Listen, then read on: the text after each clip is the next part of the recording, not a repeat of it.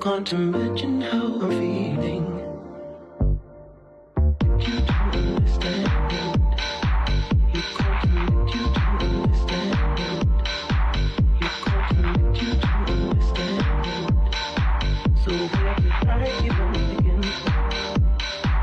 You can't admit you don't understand. You can't admit you don't understand.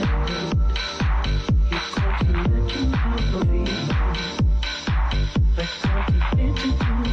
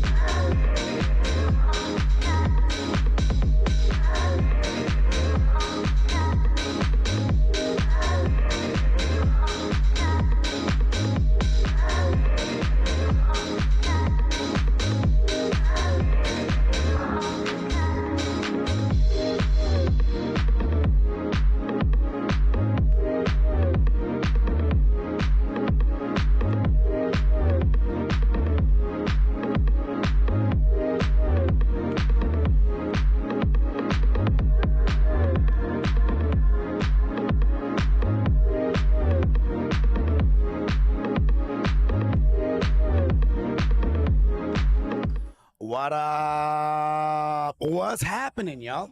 We are back for some more Dota 2. Got some PGL Wallachia action still taking place, and yesterday was a very exciting day of Dota. Let us hope that today can reach those same heights and bring us that same level of excitement as we are about to get into the game. We have 9 Pandas taking on 1 win to start things off right now. Oh wow, hold on. Radiant team back. Just a reminder, this is an elimination game. Whoever loses here, they're done, they're out, not going to be able to continue in the tournament. And whoever wins, though, your day is not over. You still have to play another series later today up against the side of One Move, and that's going to be the final elimination game of the day. So a long day ahead for both of these squads. Let us see how they fare.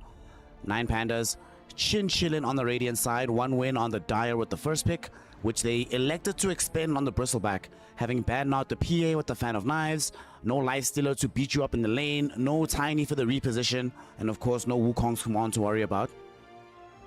At the same time, 9 Pandas, they banned out Nyx, thank God. No Bounty Hunter, no Doom, no Beastmaster, get the Shadow Demon for themselves.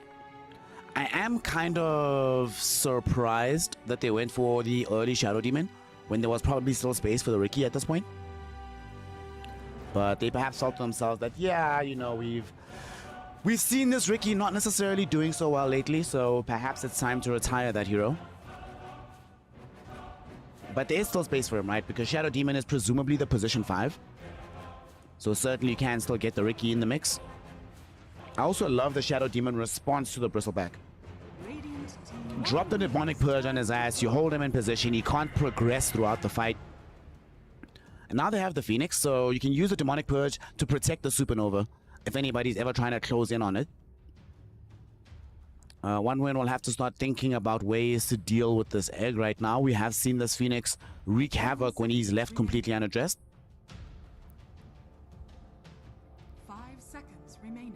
So 1 win, let's see, where do we go from here? They can pick up a Lich. Oracle, if it was still actually in the meta, I think could be pretty decent here. You can get some Dark Willow, some Clockwork. I like Clockwork, actually. Something nice and standard, relatively generic. Clockwork Gyro as the lane. That way you have a Flak Cannon to hit onto the Supernova and the rest of the team at the same time. You have a way of finding the Shadow Demon in the back edge of the fight. You know, first you pepper the area with the rocket flares, and then when you see him, you jump him, you try to kill the SD. And even if you don't kill him, if you force him to use Disruption on himself, it feels good enough. But instead, we're gonna get some IO strats. IO Marcy, no less. Okay, IO Marcy for the off lane. You also have IO Bristleback for the game overall, so lots and lots of sustain for the side of 1 win. 10 seconds remaining. I mean, it's not all doom and gloom for 9 Pandas, right? They have Sunray, so they do have some massive percent-based damage that will scale throughout the game. But they'll certainly need some burst. Is Lina here? They get DK. Okay. DK can help provide some burst, gives you some catch and some disable as well. Breathe Fire always very good into these high physical damage lineups, which Bristleback and Marcy certainly will have. Then they facilitate the Primal Beast lane with the Phoenix. Don't get to see as much Primal these days. The hero does get banned every now and then, and often will get picked when the enemy has like lots of illusions in the mix. We'll see what he's made of in this situation. It's such a tanky lineup. As much as they 9 Pandas draft obviously want some burst damage, 1 win will also need some burst of their own. They do get the Invoker. Unfortunately, it's not like the old days where Invoker buys Spirit Vessel. I think a Vessel would be amazing in this game. And I don't think Bristleback Marcy that well positioned to buy Shiva's God either. I think Primal Beast is better being able to buy the Shivas for this game. 5 seconds remaining. With this Invoker, you now have also some additional attack speed going, some additional damage. Several methods to try and separate the fight between yourself and 9 Pandas. In the event that you lane against the DK, it's a very solid lane for you. If not, very few lane matchups actually defeat you as the Invoker. Lion Pandas, I think they could still use a more tempo setting hero from the mid lane. Tiny's been banned. Earthshaker's still in. Seconds remaining. Earth Spirit is still in as well. I like the Earth Spirit. As mentioned, Spirit Vessel I would love in this game, or a Shiva's God for them. I mean, the Phoenix can build a vessel, right? And then the Primal Beast builds Shivas. Hell, even Earth Spirit can just build a Shiva's head up.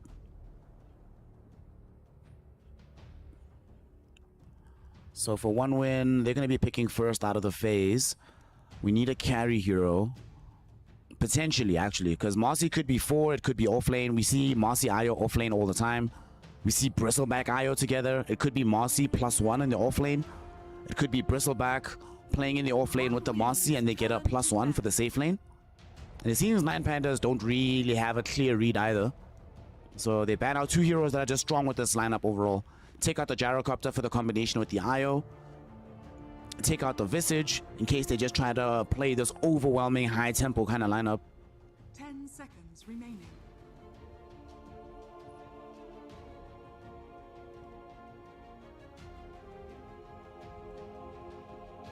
Yeah, you gotta love Io Marcy. It's very fun to watch, but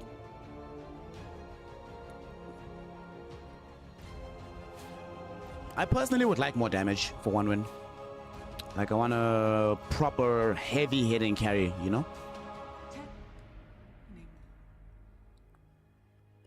The question is, what is that carry going to be in this particular situation? Pick.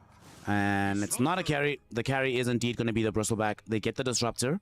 I mean, okay, if you're not going to get Clockwork, you need some kind of way to reposition the Primal Beast or make it difficult for him to enter the fight. Disruptor, one of the best in the game at achieving that. Static Storm as well, with Kinetic Field, can prove to be very problematic for the Phoenix. He jumps in, immediately gets silenced, can't do anything. Or worst case scenario, you think you've jumped out with the Icarus Dive, and they just drag you in with the Glimpse.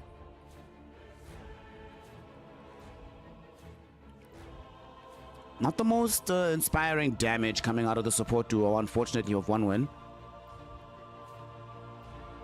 And I'm a bit worried about how they initiate fights. This Marcy's going to have to do a lot. But if they get off to a decent enough start, they can sort of like peel heroes around. Marcy can go into one part of the fight. Disruptor ensures that there's nobody coming in as backup, either by glimpsing back the targets or holding them in place with the kinetic field so you can follow up on them thereafter. So for Lion Pandas, who's the mid hero that you want to play here? Has to be somebody that's not too scared of the Disruptor. It will be the Earth Spirit. Okay. Choose your hero. Earth Spirit felt like the most natural one. It is a bit complicated into the Raptor because Raptor can both glimpse you back and Static Storm kind of ruins this hero. But you'll just buy BKB, you'll be fine. You will be A-OK, you'll be alright.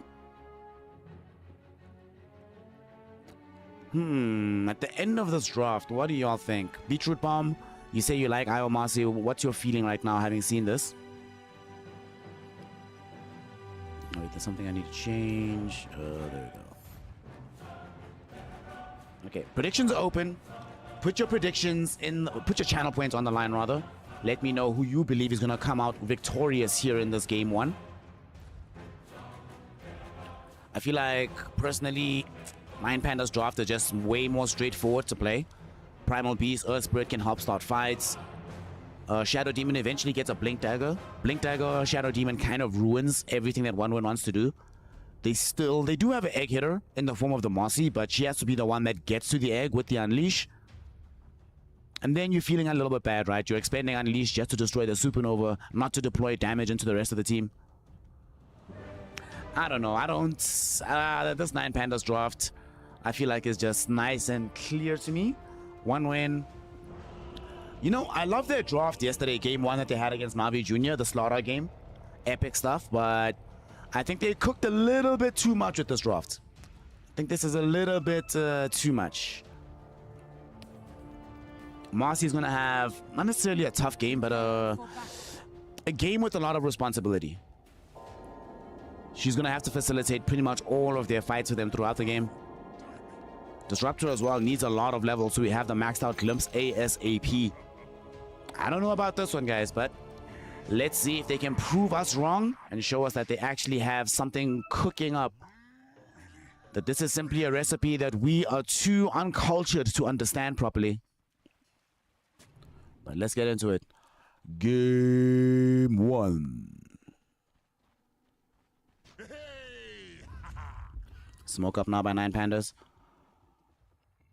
See if they can get anything off the back of this.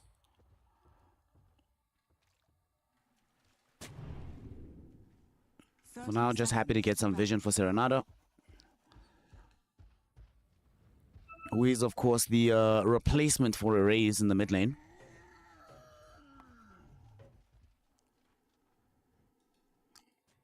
Other side, Sweet and Strong got some vision out as well. You know what's one thing that Dota needs?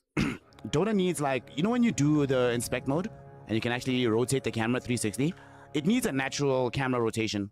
So, for example, I should be able to rotate and see the angle of the sword from the other side.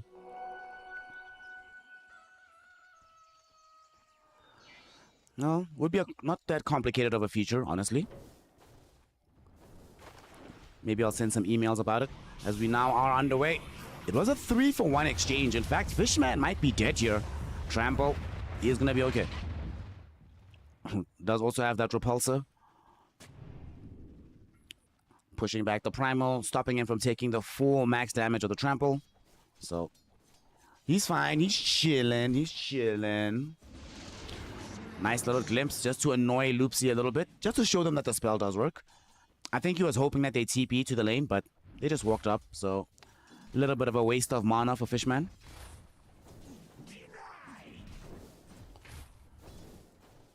In this lane, though, Fishman does have to watch his positioning very carefully. He can certainly die, especially at level 2. Once the Primal Beast has Trample plus Onslaught. Yeah, Fishman needs to be very careful at that point. And how are things looking on the other side of the map? IO Marcy, we've seen this many, many times. DK obviously immune to these heroes killing him, but Solo, for the most part, should be fine.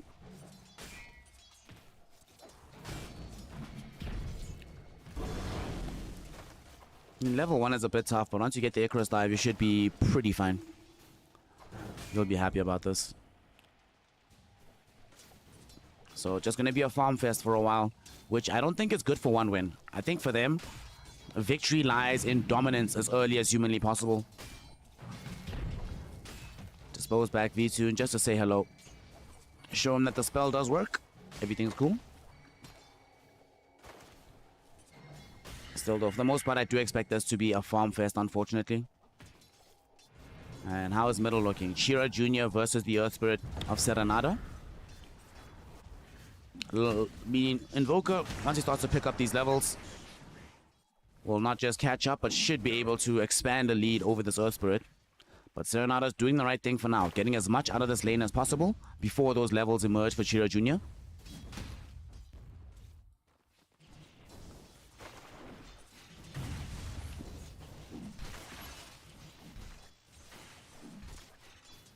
So far, everybody's just having a good early time. No bombastic plays just yet. We had the one attempt on Fishman's life earlier, but haven't gone for him since. I think Lays wants to try and massage him as much as possible. Marinate this Disruptor, so that you can get the disruption combination. But Fishman wants to go with Zac, so that'll take away all of the impact of those Shadow Poisons. He actually might take a Twin Gate rotation here. Or maybe he's going to wait until he has the level 2 glimpse. I mean, if he does come through the Twin Gate down bottom, Solo can die. We'll see if he decides to go for the glimpse once he hits level 3. Also, to me, it would be very funny that Solo dies from a Twin Gate rotation, given that that's his entire thing. That's how he rolls. Solo gets a bracelet delivered. He's chilling. He's fine. Alright, we're not level 4. Shira Jr., let's see how you respond to this, my friend. Getting a little bit body for the first couple of waves, but now with 2 range creeps underneath the tower, which both get missed, unfortunately. Game is hot. Down bottom, they do manage to bring down this IO. Cloud being chased away as well. There's not enough mana available for a Breathe Fire, although V-Tune does have a Lotus and a Wand, so maybe going to be willing to pop it. Doesn't seem like it just yet. But still, good stuff. First blood. Nice. Nice. I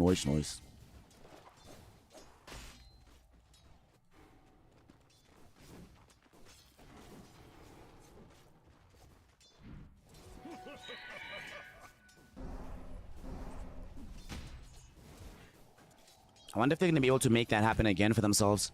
Or if that's just a one-time situation. V-Tune wants to go Omelette SNY. Alright, Omelette SNY, BKB, Daedalus, Satanic. The regular build. Radiant's courier has been killed. Unfortunately, this is one of those games where SNY is not going to be enough. You need BKB just because there is a disruptor.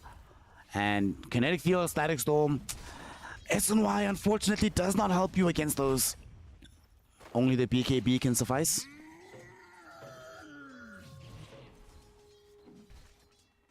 Very even early game so far. All the lanes are fairly close. Offlane is doing about the same. Carry is doing about the same. It's only really this mid where there is a little bit of a difference in favor of this Invoker of the Earth Spirit, but Invoker did have almost half a wave uninterrupted, so should practically be caught up right now in the CS. Laning phase Invoker. Laning phase Invoker. What can you do?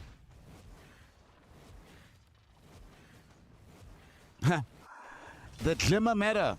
You must embrace the Glimmer cape. Embrace the Glimmer. It's so cheap. Feels so good. But yeah, like in this game, you need BKB. Top lane, they're going on to solo here. They will catch him inside the kinetic field. Munkushi hurts him with the quill sprays, and solo does go down. And what did I tell you? This guy is the Twin Gate Master. But this time, they were already on the side of one win. They punish him for it. He did manage to lay out an Observer Ward, though. And I don't think... Oh, never mind. They just saw it.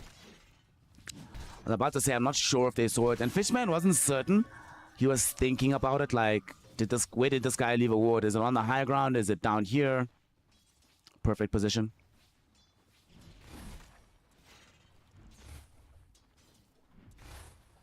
Munkushi just gonna go straight into the Aghanim Scepter on his Bristleback as bottom. Serenata makes his first big rotation of the game, and with the Magnetize, they actually took out the Mossy as well. Oh, just before the Wisdom Rune spawn. That's tough. That's tough. Dire's bottom tower is under attack. They give it to Serenata so he gets that bonus experience. Double kill, a Wisdom Rune. Maybe even uses some hits of the AD rune onto the tier 1 tower, and indeed they do. First tower will fall. Very successful rotation from the Earth Spirit. Has fallen. Radiant are scanning.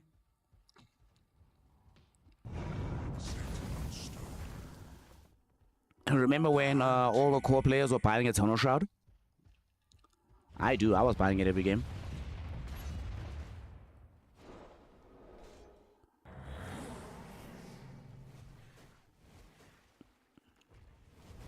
Of course, they are playing with an Invoker from the mid lane, and now one win are going to discover one of the issues that we had with their draft is that Serenata very shortly is going to want to start moving around once he finishes this Blade Mail, but it's not as easy for Chira Jr. That being said, they do have access to this relocate, so once that's online, I think you start to play around the disruption. Glimpse back a target, relocate on top of them, kill them, get out. Mid lane. Tornado EMP dropped onto Serenata. He's going to be okay, but let's see who else is going to be able to get out safely. Fishman, nice glimpse onto Serenata to keep himself alive. However, Lays now shows up, drops in the Pulverize. They manage to bring down Fishman. Kinetic Field will not protect them.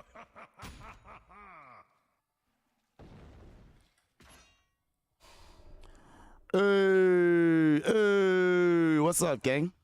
What up, King? 3 days in a row, 3 days in a row. We out here. Although I think I spent too much time at it yesterday. My throat feels a little bit raw. What can you do? Munkushi. Aghanim Scepter. Not that far away for him.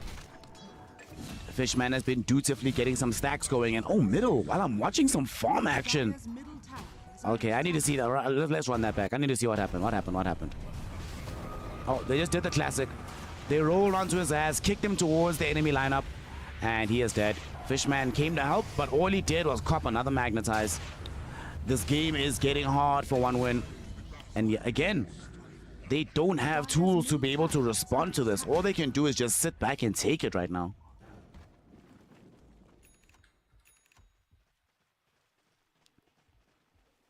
Dire's middle tower is under attack.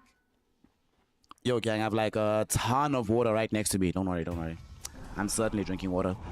Solo, he's going to be drinking water as well because they send his ass right back to the fountain. Oh, that's tough. Still, though, despite finding that kill, one win is not going to be able to expand outward more than this. They still have lost their tower. Not going to be able to apply pressure mid. There's no pressure really looking like it's going to come in the top lane. So, 9 Pandas having the start of a lifetime right now. Serenata almost has the Blade Mail. I mean, Chira Jr. does have to be careful here, right? But they're just going to go right now. Are scanning. The one hero that they've left alone so far, they haven't ganked him too often, is the Bristleback. But they want to change that right now. Let's go. Serenata doesn't have great vision. They haven't scanned him or anything just yet. They're going to try and go for this one blind. Okay, they give up on it. Dire's Blade Mail top arrives, tower but is under this has taken too long. So Munkushi will be safe. He's out. Dire's structures The rest are of the falling. team will just content themselves with grabbing a tier 1 tower. Perhaps not, actually. Loopsy just saw Munkushi. But he's fairly nestled in that side of the map. I don't think he's going to get jumped on. So second tier 1 tower secured in favor of 9 Pandas.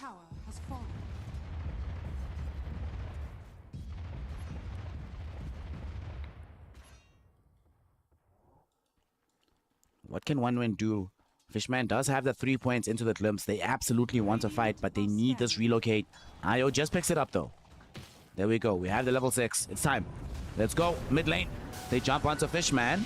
He will get the relocate coming in to save him. They're bringing the Marcy in. Serenade is going to be able to drop down the Magnetize and some extra stones, but they do lose solo. Cloud getting brought down by Lays as the trample is right on top of him. He's trying to get away as the relocate is about to save them. They're good. Maybe? Are they not? Cloud! He needs some lifesteal. Oh my goodness. If they came back and there wasn't a creep wave there, he would have died. Man, that was close.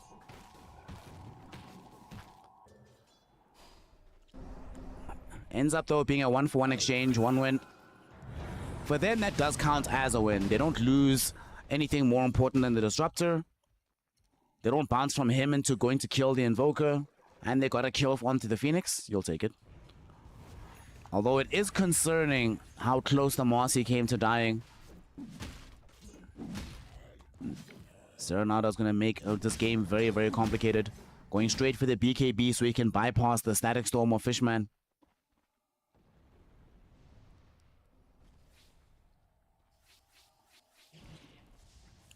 Oof. Look at these stacks, baby. Some good gold to be farmed here. And we just do have an Aghanim Scepter on the Bristleback, so should be making his way towards this triangle right now. Thank you for the free money. Dire's top tower is under attack. Wait, let's watch him do it, actually. I remember when first people started building this Aghanim Scepter, there was only 1 point into the Bristleback passive, but now you go to max out. Alright, oof, oof, oof, oof. That's satisfying. That's very satisfying.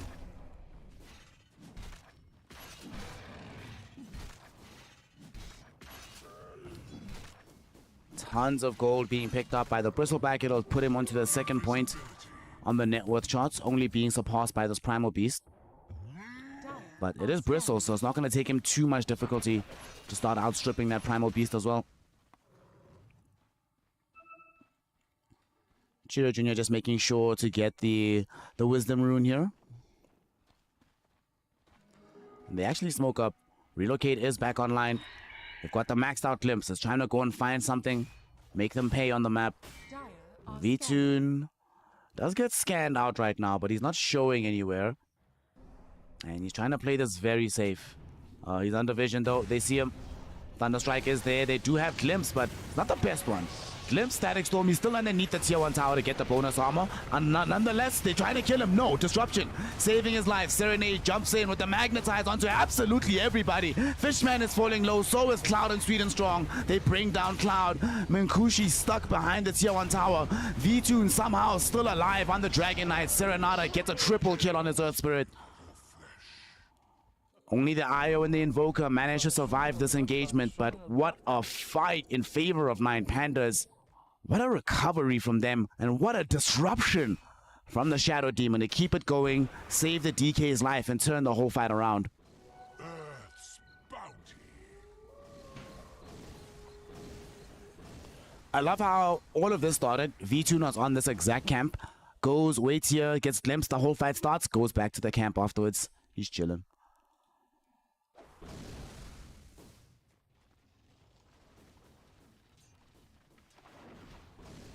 Obviously, the carrier of that fight was Serenada, who has been having a monster performance so far on his Earth Spirit. 90% kill participation at 15 minutes. About to crack level 12. BKB on the horizon. I mean, it's already atypical to have Earth Spirit as net worth leader at this stage of the game. That's not really how this hero generally tends to roll. Pun intended. For one win. We need so many items. Mossy, yeah, she has the armlet corrosive over corrosion, but she needs BKB. Probably needs a basher as well. Bristleback definitely wants an S and Y at least, the very least. An Invoker needs that Hurricane Pike. And speaking of Invoker, there will be a disruption on top of him. They're gonna try and kill him. Nice tornado, but unfortunately, Demonic Purge right on top of him. They will end up killing him, but at the same time, there was an ambush down bottom. They went onto the Dragon Knight. They managed to bring him down. Solo, though, drops the Supernova, but the IO is already out. Glimpse back onto Laze. We'll make sure that Fishman is protected even longer. Gonna try TP out. He's gone. Loopsy Disruption just came back off cooldown, but he didn't have the range anyway. So 1 for 1 on the map. However, 1 win do manage to force them to use the Supernova. And they drew quite a lot of rotations to the bottom side of the map. So overall, they probably end up with the win, and they kill the DK, who is at present worth much, much, much more than this Dragon Knight.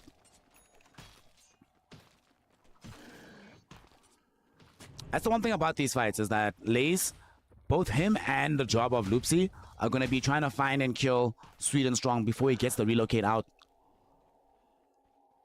Otherwise, you end up in those scenarios. Egg gets popped, and they just say, bye, see you later, nerds. Might have another relocate gank. It's not up for 20 seconds, though. Solo. Think he's dead. Old man Solo. Old man Solo had a bath in the old fountain. He's dead.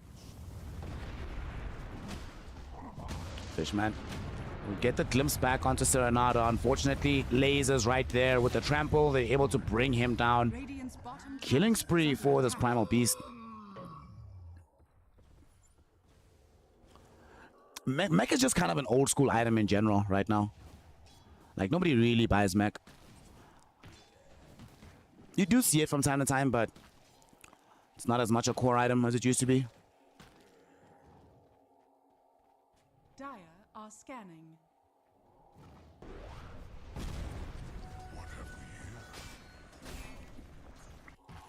What level is the IO? Level 10 at the moment. Building into a Holy Locket for the team. Alright.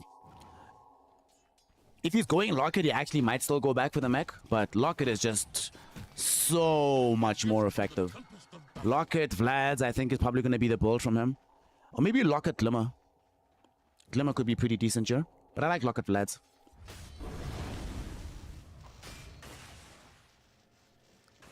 Mid lane, they're coming in onto Cloud and Sweet and Strong. Sweet and Strong has the tether. has the relocate, but unfortunately Sarada has the roll, so Serenata is on top of his ass. They kill him off, but he's done the right thing. Created enough space for Cloud to survive, so this Marcy can limp her way back to safety. Radiant's bottom tower is under attack.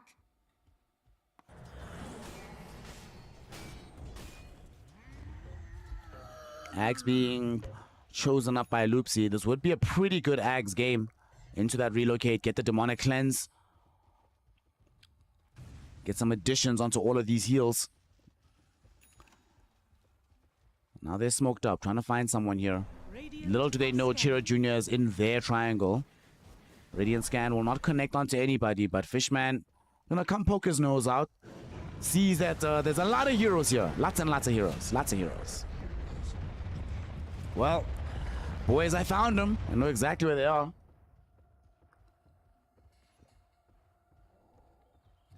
That's a very unfortunate situation. They're gonna steal their Tormentor now as well. With V-Tune being here, SNY Armlet, they should have more than enough damage to take this.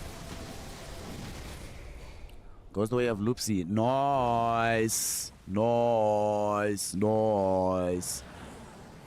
You get this before you get the Aghanim Scepter? Now that feels good. Cleanse and the double purge now. Perfect.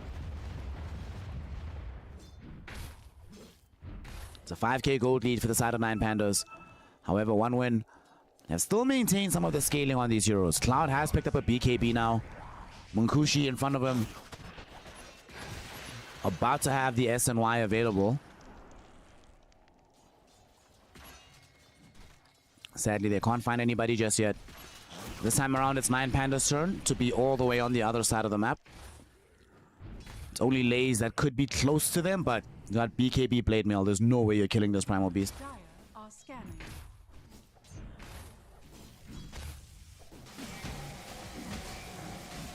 Radiant's bottom tower And we are also getting to the point where Serenata's going to go for that Shiva's God. Radiant's That's going to be so are instrumental. fortified. I was speaking about it in the draft, but seeing it here, into Marcy, into Io, Munkushi did not go for the Bloodstone on his Bristleback, so he's not as much of a concern, but at some point he's still going to hit level 25 and get the spell Lifesteal regardless. They're going to try and now open up Roche. Grab the first Aegis of the game, but Radiant Heroes have scanned this. They know that this is happening. Serenata, very dangerous here. He has BKB at the ready. He rolls in, doesn't connect onto anybody just yet. So the two sides will open up, and Lays, he's going to try and force the fight with the onslaught on the back lines. Doesn't get onto anybody, sadly. Nor does Serenata, but he does find a very nice silence. Magnetize, about to get triggered out as he jumps to the back edge, looking towards Cloud. But Cloud will activate the BKB of his own. This Marcy standing her ground. At the same time, Sweet and Strong will lose his life to V-Tune with the right clicks. Fishman has a Magnetize triggered out on top of him. So does Cloud. Cloud is gone. Fishman follows him. Chira Jr. invis, so he's going to be alive for now. A 3-0 engagement. It wasn't even a perfect fight for 9 Pandas. Serenata didn't find a great Magnetize. The onslaught missed entirely. Pulverize, Supernova not even used, and they still walk away with a 3-0 win for themselves with an Aegis to boot.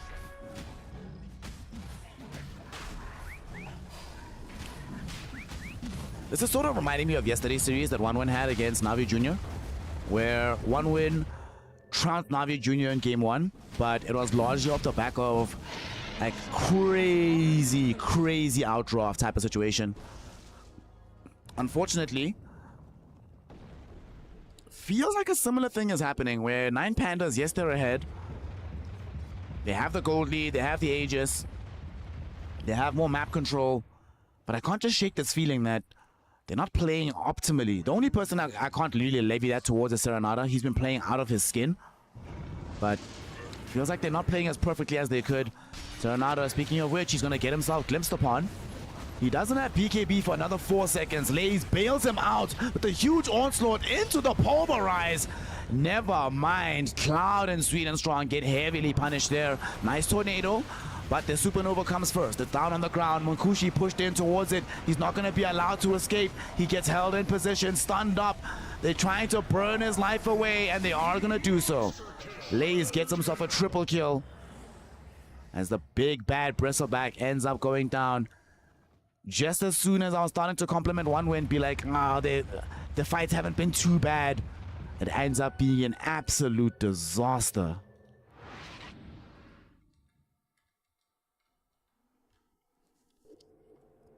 Radiant's top tower is Oh, under boy. attack. I get the rationale, right? You find this Earth Spirit, you know his BKB is still on cooldown. You bring in the Iomasi. You have Bristleback not too far away. You're thinking we definitely have this damage, right? Well, you thought wrong.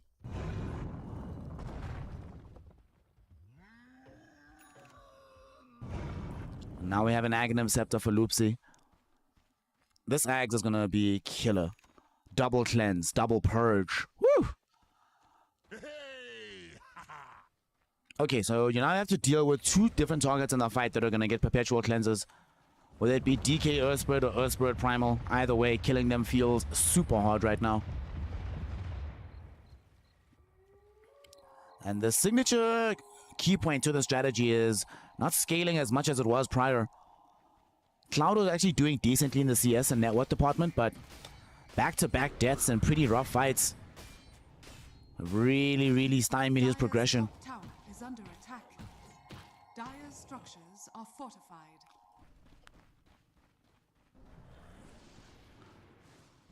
I also find it very puzzling. Fishman, hold on.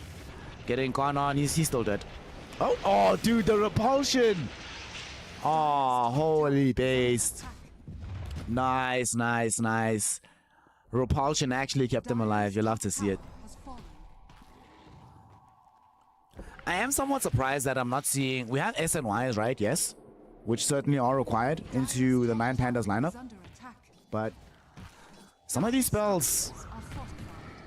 You know, Serenata with the constant magnetize being reapplied in the fight. Solo, especially once he gets the Aghanim shot with the Sunray. You kind of need BKB for these. Radiant's top tower is under attack. They don't have a single one in the lineup outside of the Mossy. We'll see if they can do anything to stop this push. As here they come, Nine Pandas looking for the first laner axe. Well, One Win on the bright side. You still have tier 2, so you can't get megaed and you can't lose more than that one set, but still.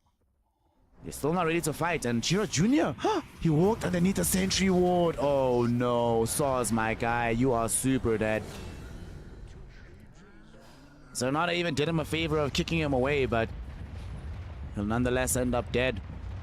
Invoker, 45 seconds in the grave, although he does have access to the buyback. What's very scary is that we're 600 gold away from having Bottom tower is basically the under full attack. date list for the DK. Dyer's middle tower is under attack. Oh boy. Dyer's boy, middle oh boy, tower oh boy. has fallen. How will One Win opt to defend this high ground here? Because they're not going to stop. 15 seconds until we have DK form again. There's no reason to turn back. Even if Invoker respawns, what are we scared of? We still have Supernova, we still have BKB Magnetize. Loopsy has both cleansers and both purges back online. Scanning. Radiant's So why not just dare them to fight you? Dyer's And middle barracks are under attack. Cloud and the gang just trying to farm it. What are they trying to get? Last item. They want the SMY. It's only going to be a Sanj for now. So Sanj for Cloud, but a Daedalus for V-Tune. Second lane gone just like that. Middle barracks has fallen. And how do you take the next fight? Blaze just got a Blink Dagger and we just got a Shiva's Guard for Serenata. I think even without the Sages, I don't think they should back. They need to go forward.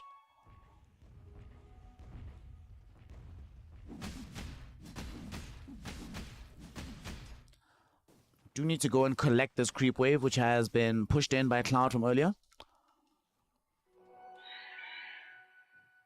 This DK is terrifying now.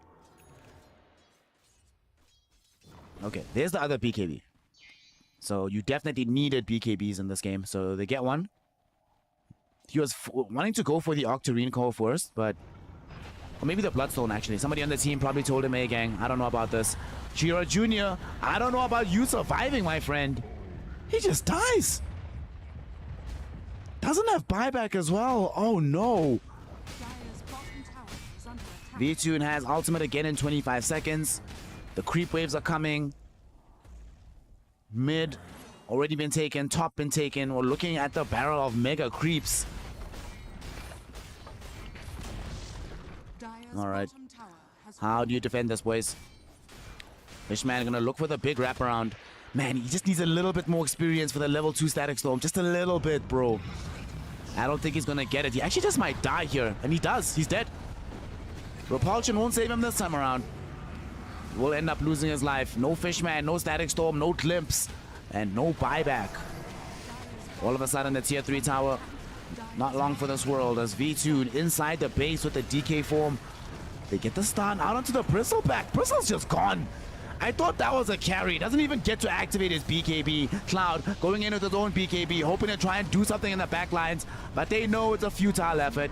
They've already called GG. Solo throws out the celebratory supernova, and 9 Pandas demolish 1 win here in game 1. They made it look easy, but it's because they outdrafted them that hard. All right.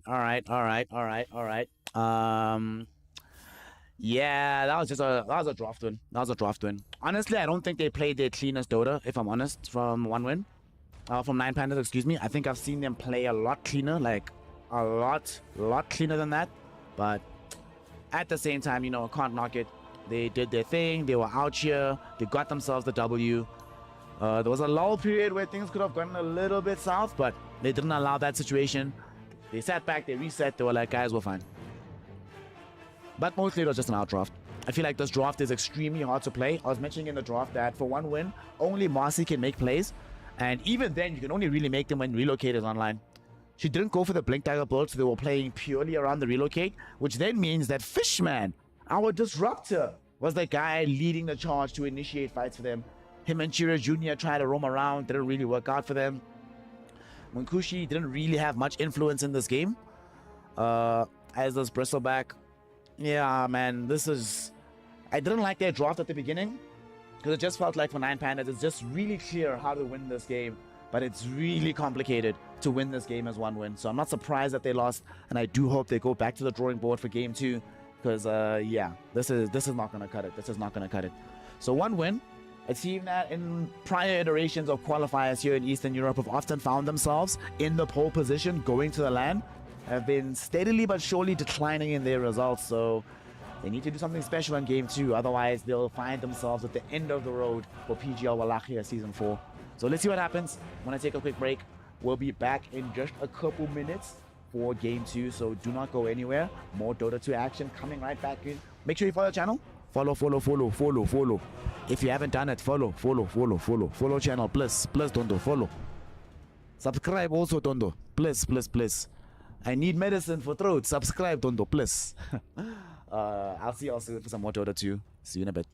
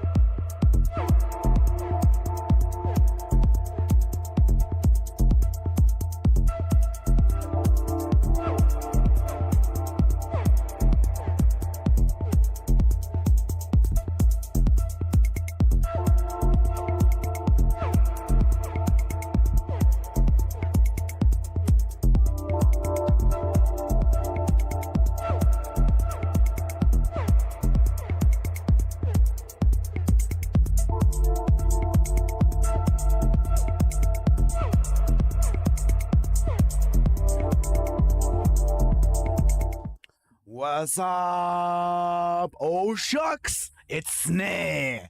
I couldn't think of a better one. Experts Exchange, shout out to you. Welcome to the community and really appreciate the subscriptions. My man, what a homie, what a lad. Came through, made everything happy. So if you're one of the people that received one of these free subscriptions from Expert Exchange, please thank them in the chat. Holla at them, let them know how appreciated they are. You know, let them know that in our hearts, they are our Mr. Bones. So, getting into the Dota, PGL Wallachia qualifiers for EEU.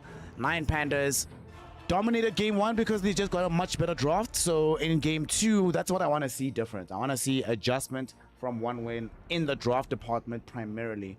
So let's see if they have what it takes to make that happen. They are playing on the Radiant side this time around, having the second pick. For 9 Pandas, they went first pick, Dire side. PA was the opener. Presumably we'll see the Warlock being paired with this, so 1 win needs to be prepared to either ban or pick Warlock.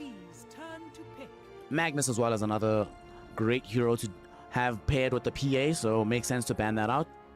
Of course, 9 Pandas made sure to ban Bloodseeker, Doom, some of the harder counters to PA. DK, very annoying matchup with the Breathe Fire.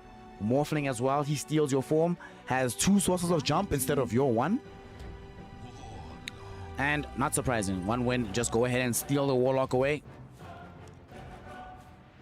I like this. I actually also, Dawnbreaker, look, if any of you have listened to me these last couple of days, you'll know that I am not hot on the Dawnbreaker hero right now. However, I do feel that Warlock helps to ameliorate a lot of the issues with the Dawn. 5 seconds remaining. You get mass amounts of damage with the Fatal Bonds. The rock dropping down on people is going to be super solid.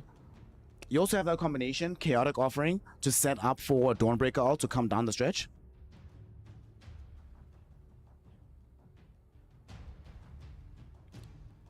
I like this.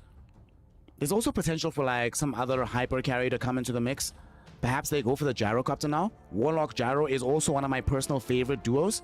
And I think Warlock, Gyro, Dawnbreaker all synergize together amazingly in the middle of these fights. Dire team pick.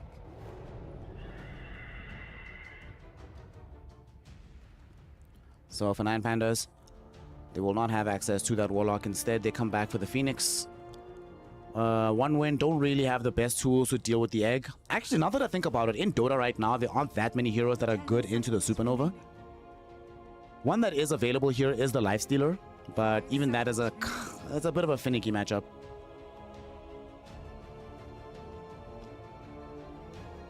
If you're on a live bet because of the draft and plays, yeah, but you know, Dota's not just about betting. There literally is no way for you to watch this game 100% live right now, unless you watch, because even the Russian costs are delayed as well. I think the Russian people are even more delayed than we are. So for the purposes of betting, we're all in the same boat. 10 seconds remaining. 9 Pandas will come back for the Bounty Hunter now. Made it through the ban phase. Ricky is available, but there's no way they pick it into the Bounty. I don't like the Bounty Phoenix as much as I like the previous support duo.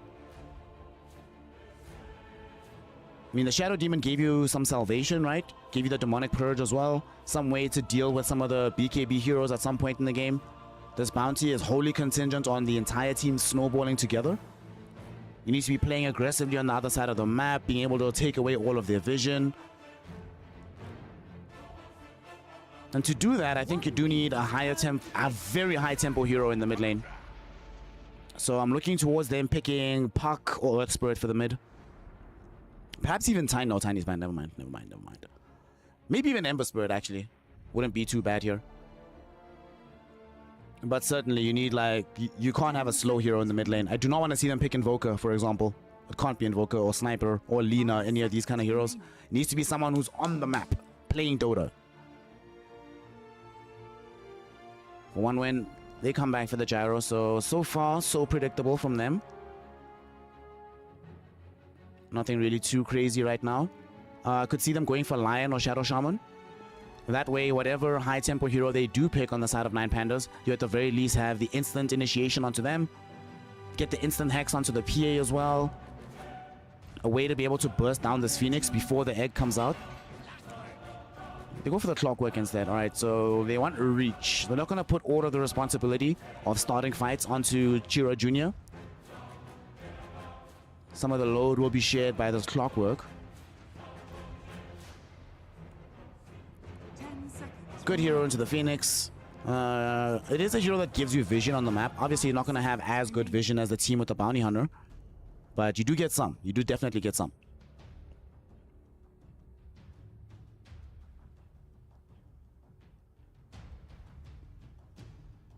Also sets up a kill lane. Don't break a clockwork can actually kill the Phoenix.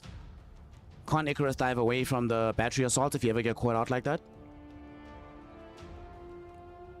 So something that Nine Pandas has to consider how they approach that lane. And PA, she'll be able to pepper them with damage on the Stifling Dagger, but also has to watch her footing. Team ban. In the moment when the Phoenix is away stacking, she does have to be careful. For Nine Pandas now, they come back for the Monkey King. So Monkey King, Wukong's in tandem with the Supernova from the Phoenix. That's going to be their big team fight overall. Going to be the hero that comes in from the mid lane. I think that they're also expecting some kind of like higher tempo hero from the mid lane. So if it's a melee hero, Monkey King should have a positive matchup there. And they probably just ban the bad matchups for the Monkey. Take out the Lina, potentially take out the Sniper. I don't think OneWin would pick them anyway, but good to cover your bases. 5 seconds remaining. And they are the ones picking first, so they will be revealing their offlaner. Definitely want someone who can stand in front and also help start fights. Beastmaster springs to mind. Night Stalker would have been great. Good ban, I think.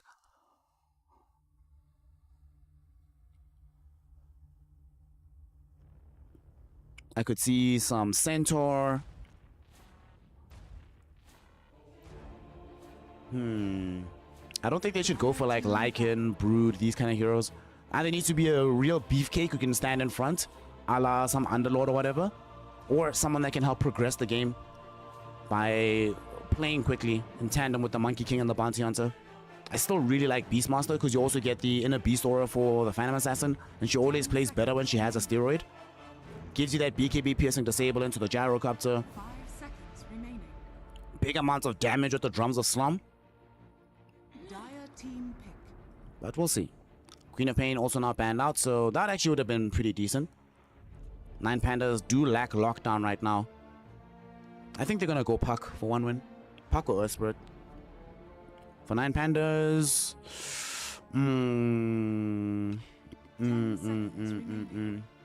I still really like Beast.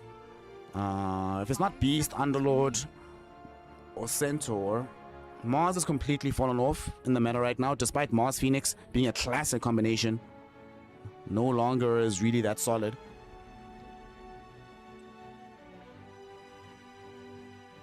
What is the option here? One Wee's turn to pick. Oh, tied. Okay. This does both. This does both. It's a big hero that can stand in front, but also has the capability of starting fights for them. Has some counter initiation potential as well.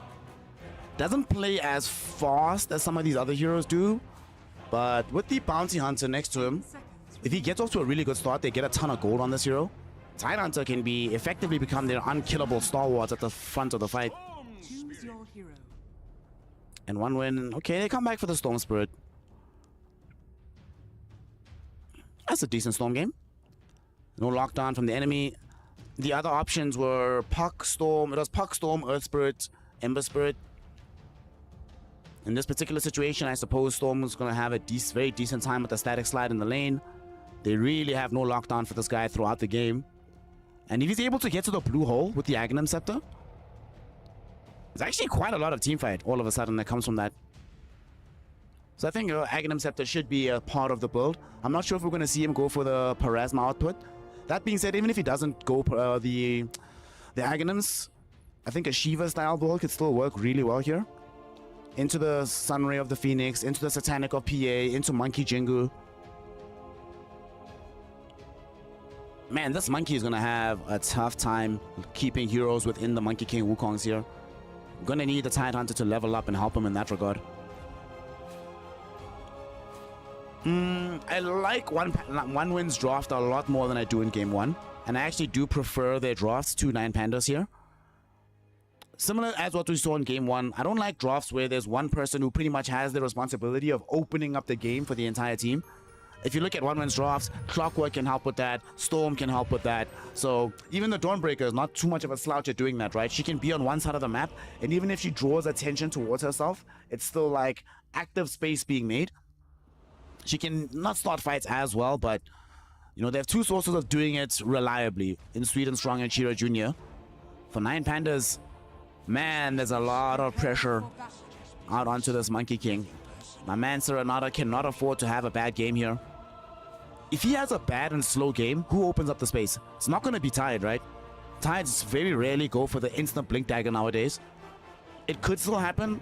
I have seen some games like Tides going blink and straight into the Aghanim shot, but even that's not always the most reliable type of thing. But we'll see. Let me know with your channel points whom you believe is going to walk away with the victory. Me personally, I think we're heading into a game 3, but we're going to find out if that is indeed the case with game 2. Let's go. Put a cork in it. Smoke up by both sides. Seems like the Phoenix is the one that might get scouted here by 30 Solo. seconds to battle. Let's see where he ends up going. Watcher getting claimed. Sweden Strong leading the charge for the Radiant lineup. Oh. Okay, they're just going to go for the full wrap. But they know 9 Pandas seem quite aware. So, The battle Waguchi, begins. shout out to Solo for doing the right thing earlier. So we're going to just have a standard 2-2 rune trade. Everything will be A-okay.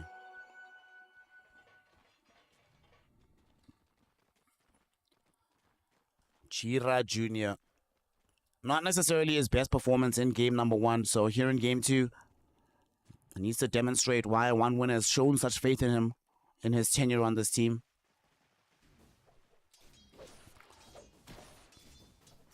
This is one of those lanes that Monkey should be able to walk away ahead in total, but back in the day, this matchup used to be much tougher than it is now, but thankfully now you have the static slide, Dire's courier so has been the Storm Spirit doesn't have to play as upfront into the Monkey as he used to.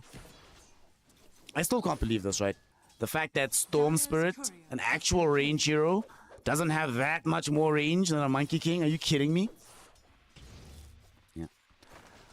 Top lane, Cloud, him and this Clockwork. There's some kill potential, but Cloud has been taking in quite a bit of harass right now. But it's all good. Sweden Strong will do the right thing. Bring the creep wave towards him. So it's fine. Everything's fine. It's unfortunately underneath the tower a little bit, but what can you do? Other side of the map, Munkushi playing with the Warlock in his lane. Warlock actually, look where Fishman is at right now. Wow. So both sides not really interested in playing the lanes. Completely skipping them over. Loopsy's just gonna bother Munkushi as much as he can. Oh, first blood drawn by Cloud. As they do manage to bring down Solo. I was mentioning earlier on that there is some kill threat onto this Phoenix in particular. And unfortunately for Solo, he ends up being the victim. And it's Cloud that gets the gold. That's what you want. Your Dawnbreaker to be off to a hot start. Seems she wants to build into a Blade Mail in this game. So if you're going for that more active build, you cannot have a plodding, slow, lumbering early game.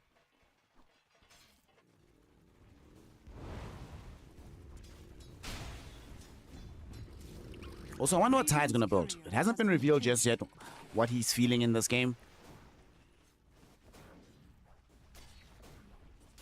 Are we gonna go Vlad's? Is he gonna be the one to pick up the Pipe of Insight? Pipe's not that great this game. It's decent, but it's not amazing.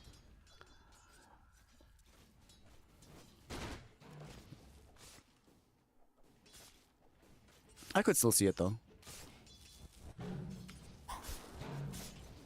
For V2, we already know what his build is going to be. Standard stuff. Oh, mid lane. Loopsy finds Chira Jr. in the river. Okay, that's going to be Serenata now having free time in the mid lane. Gonna pick up the other water rune as well. Serenata was already winning in the CS battle, but with the additional help of the kill as well, that's quite good. It's also very good for the bounty. He wants to be getting access to that track ASAP. The reason you picked the hero.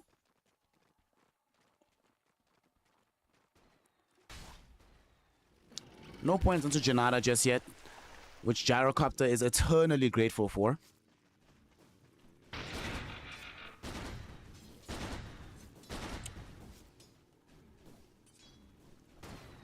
Overall, though, if you're looking at these farm numbers, 9 Pandas is still outclassing 1 win. Great equilibrium for V-Tune.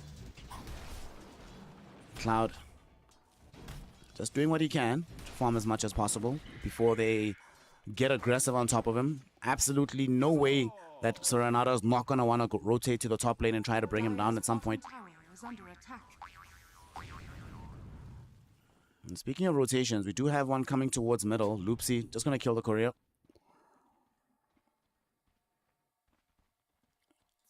Let's see. It is gonna get taken by... Radiant's courier What can you has do? been killed. Fortunately for Shira Jr., it's not going to be a kill rotation. It might actually just be they're going on top of him. He doesn't have the level 6, so they know he has no easy protection for himself.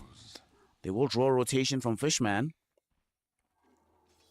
Does mean that potentially they can put some aggression onto the Gyrocopter bottom. No! Denied! Radiant's courier has been killed. Another one. Yep. Bounty hunter things, invis hero things. They just run around doing animal cruelty, man. Not great. Now we do see they want to try and run and do cruelty onto Sweet and Strong. Like I said, the rotation from the monkey gonna come to the top lane, and indeed ends up netting a kill for the monkey. Loopsy arrives a little bit too late to be involved, so no experience, no gold going the way of this bounty. But this is what Serenata needs to be doing throughout the course of this game. He is the one that can make these moves. In fact, the only one that can do so.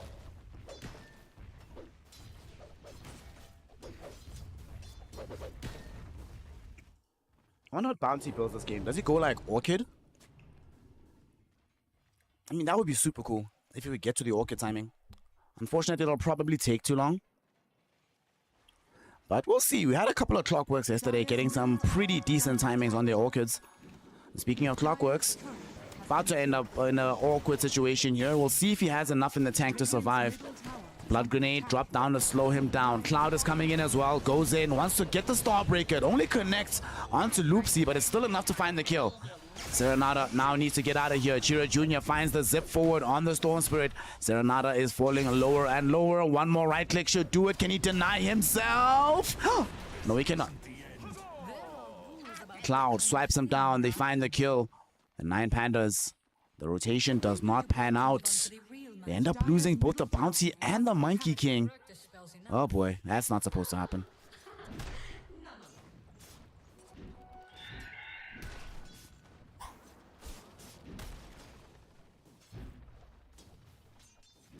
Dire's middle tower is under attack. Loopsy about to pick up a Wisdom Rune. Absolutely essential for this Bounty Hunter right now. He's level 3. Level 4 is already available for Fishman. Radiant's Probably not bottom that far. tower Okay, is also under level 4 for attack. Sweet and Strong. I thought somebody was at least close to 5, but not the case. Homing in. On bottom, Munkushi, he gets rotated upon by the Monkey King, and this time around, they even bring in Lays to ensure that he has a damage with the Gush. Nice kill. We'll see if they want to set up for the tower. They could start putting Lays on the other side of the building, just threaten them with the possibility of a Ravage. But they just want the building.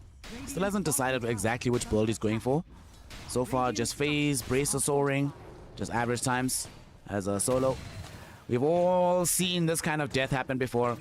Phoenix get caught alone by a Clockwork. Absolutely nothing he can do. Radiant are scanning.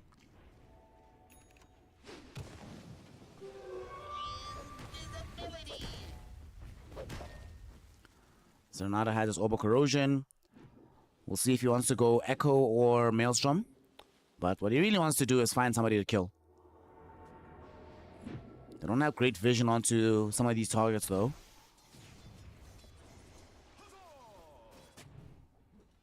Sweden Strong with the Invis. Comes right behind Lays with Storm Spirit making his rotation as well. Storm does have the mana to do this. And there we go. Even commit the Dawnbreaker out. They really want this Tidehunter, and he's not going to be able to get off the Ravage. He dies. Solo is here, but doesn't have access to the Supernova. The dive forward to try and keep him safe, but Chira Jr. says no. I have the reach, I have the damage, and I have the kill, even if Serenata tries to protect you.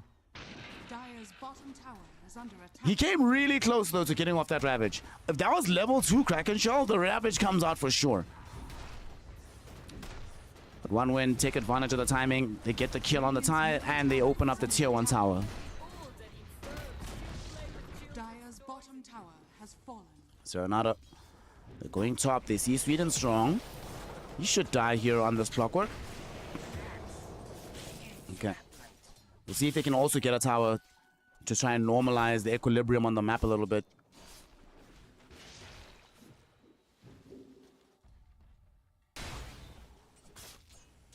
Radiant's top tower is under attack. Almost have the Battle Fury for V-Tune. 1,000 gold out.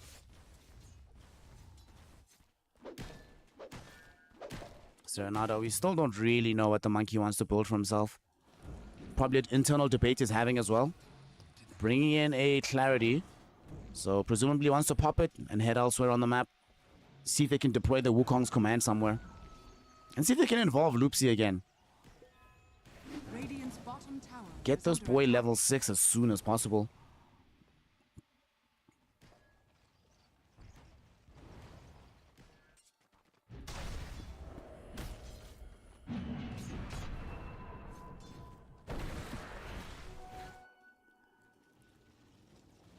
So far, this early game is...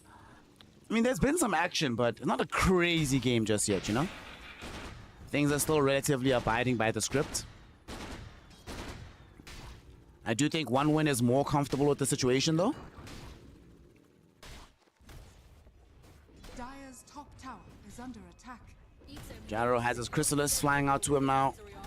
Cloud busy taking away the tier 1 tower on the other side with the Sea Dragon, so it's going to be their second tier 1 of the game. Even Gyrocopter came through the Twin Gate to ensure that this bad boy goes down. Nice usage of the flak as well to kill as many creeps as possible. Hashtag efficiency. Dire's top tower has fallen. And he might actually come back to defend this. And it seems 9 Pandas have a similar intuition as they start to back up.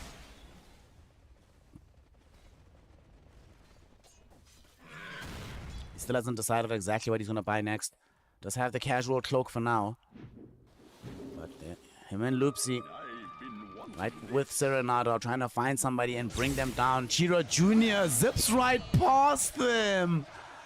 Oh no, now there's a hook shot onto the Bounty Hunter. Loopsy's gonna end up dead. Solo, at the very least, able to zip into the trees, but the Icarus died. It destroyed the tree of the Monkey King. He's in so much danger. Dawnbreaker out comes down. He is dead. Oh man, Solo gets tipped as well by one win. That is so unfortunate. Leading into the Monkey King losing his life. Oof. Dire's middle tower is under attack. Ah, game is hard, gang. Game is hard. Game is hard. That's tough. Radiant's top tower is under attack. Dire's middle tower has fallen.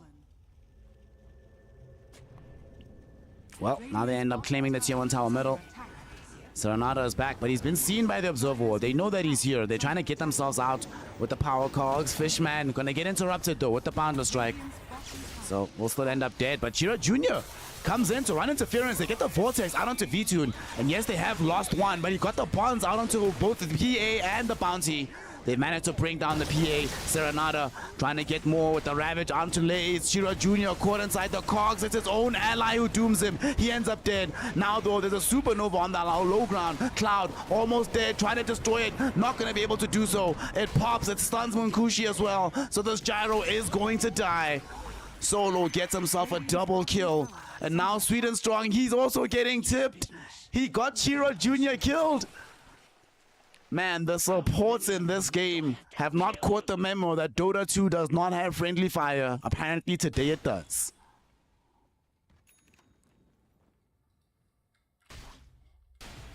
Holy based. They actually team wiped them. That's crazy. The worst part about this is that Monkey got so much gold. He just died. Returns. Effectively, it's like he didn't die at all. And indeed, he is opting for the Maelstrom. Lace does die down the other side of the map, and they smoke up. They want to keep this punishment going. Solo might break the smoke, though. Seems like he will. They go on top of him. Whatever. It's cool. They're not jumping my Monkey King. It's not cool, but we'll take it.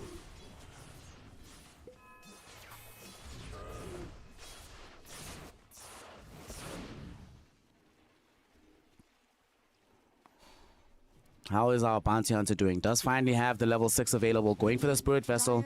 And this is the strategy. Monkey King and Bounty Hunter move together to try and find kills. They had some vision of these heroes in the jungle. Unfortunately, they realized that none of these heroes are alone right now. So not really possible to just pick them off. And honestly, this is how 1-1 should be playing. As much together as humanly possible. And now they jump Solo from afar. They didn't catch him with the power cog, so he's able to escape. They are coming, though, to look for revenge. Serenada, can he find an angle for a Bounder Strike? He does. Wukong's out onto Fishman as well. He does drop down the Chaotic Offering before he dies. Serenada now getting chased by the Dawnbreaker. They want him down. Sweet and Strong found the hook to hold him in position. They end up losing the Warlock, but they gain 2 in return. 1 win. I kind of hope that Sweet and Strong would tip one of them right now, because it was his hookshot that led to the death of the Monkey King.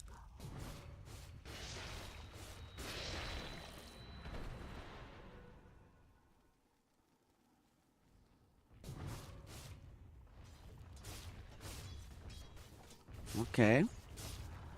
Certainly an exciting game. This game number 2. Very back and forth.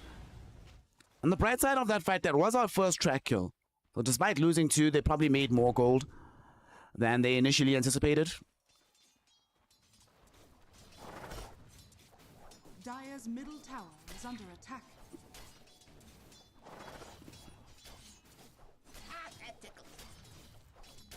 Loopsy with the Spirit Vessel. It's going to help a lot when you see this Dawnbreaker ult emerging from the heavens. And Tide did indeed build a pipe. So that was the decision. It's not just a casual cloak. It's a full pipe of insight. Do y'all remember that item, Hood of Defiance? I missed that item. Stupendous. I think that item was pretty sick.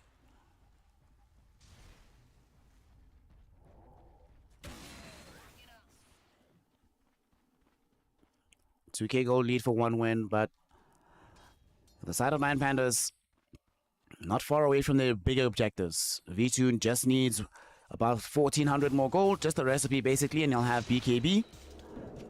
This Monkey, quite a lot further away, to be fair, but they can still go for something. They see the Gyrocopter, Munkushi. He's so far forward. He might get punished here. Boundless Strike will come out. He does throw out the cooldowns. There's the Dawnbreaker ult, though, to save him. He knows that he's safe as long as Cloud is on the map. Serenada does drop the Wukong's command to try fight Chiro Jr., but unfortunately, Chiro Jr. brought his buddies. They surround Serenada, they kill him off, and that is 3 heroes gone in the blink of an eye. Munkushi was debating. They fell for it, hook, line, and sinker, and the trap sprang shut around them. Radiant's middle tower is under attack. Dire's top tower is under attack.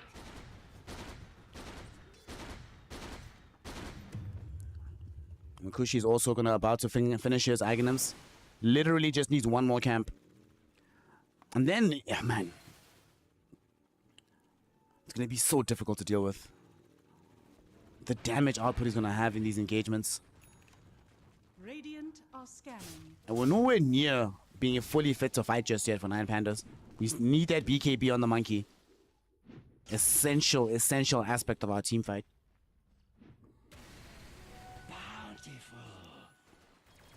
Chiro Jr. going Kai Assange.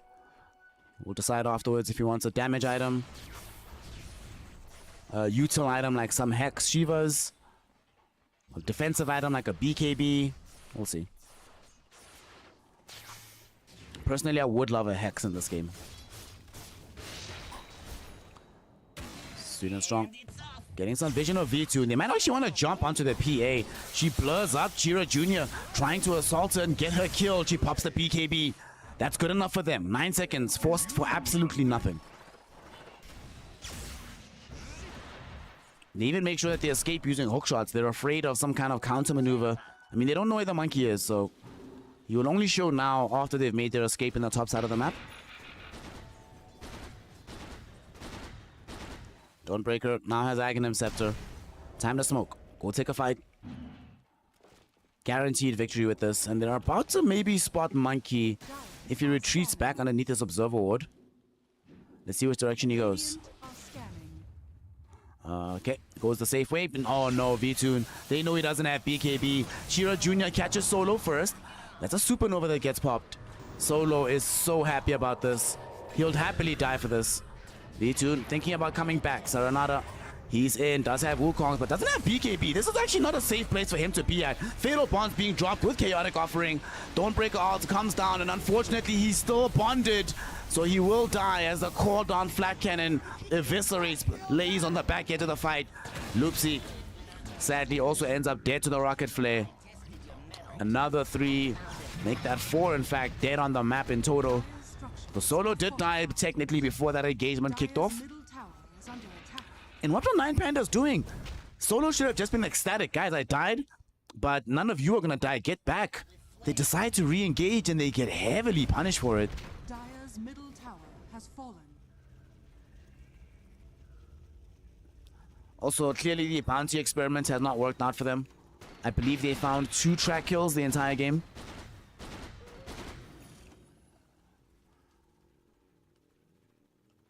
Oh boy.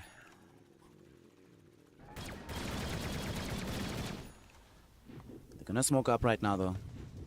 Lay's leading the charge, doesn't have Blink Dagger just yet, but does have Ravage. Serenata. Who can he find? They will come across Munkushi, but not closely enough that they can actually grab him. He seemed to sense that something was awry. The entirety of One Wind just retreating to the safety of the tier 2 towers and even the high ground. Radiant structures are fortified. And they pop a fortification for the push up top that has a siege wagon involved. So it's going to be quite a bit of damage. Loopsy, he went in. Loopsy got killed off, and now here we go. Deep jump from Chiro Jr. He knows that Laze has Ravage, so doesn't want to try and force it out just yet. Serenata comes out. Wukong's command on top of the Ravage, but here's the Aghanim Scepter Dawnbreaker. Who's she going to try and save? Only lands onto Sweet and Strong and Fishman. They managed to get away from it. Solo, in the meantime, on the high ground, threw out the egg, but it's not going to matter. Chiro Jr. gets the killing spree. Well, that was 9 Pandas. End up losing both their supports for nothing. Ravage being committed. Wukong's was expended. And they literally only escape with their lives. Very difficult game right now.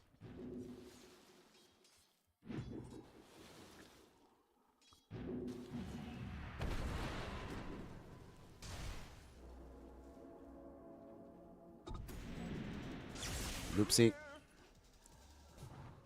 struggling to have an impact in this game. To be fair, so is Solo. His main impact has been having his life sacrificed in order for an escape to be created.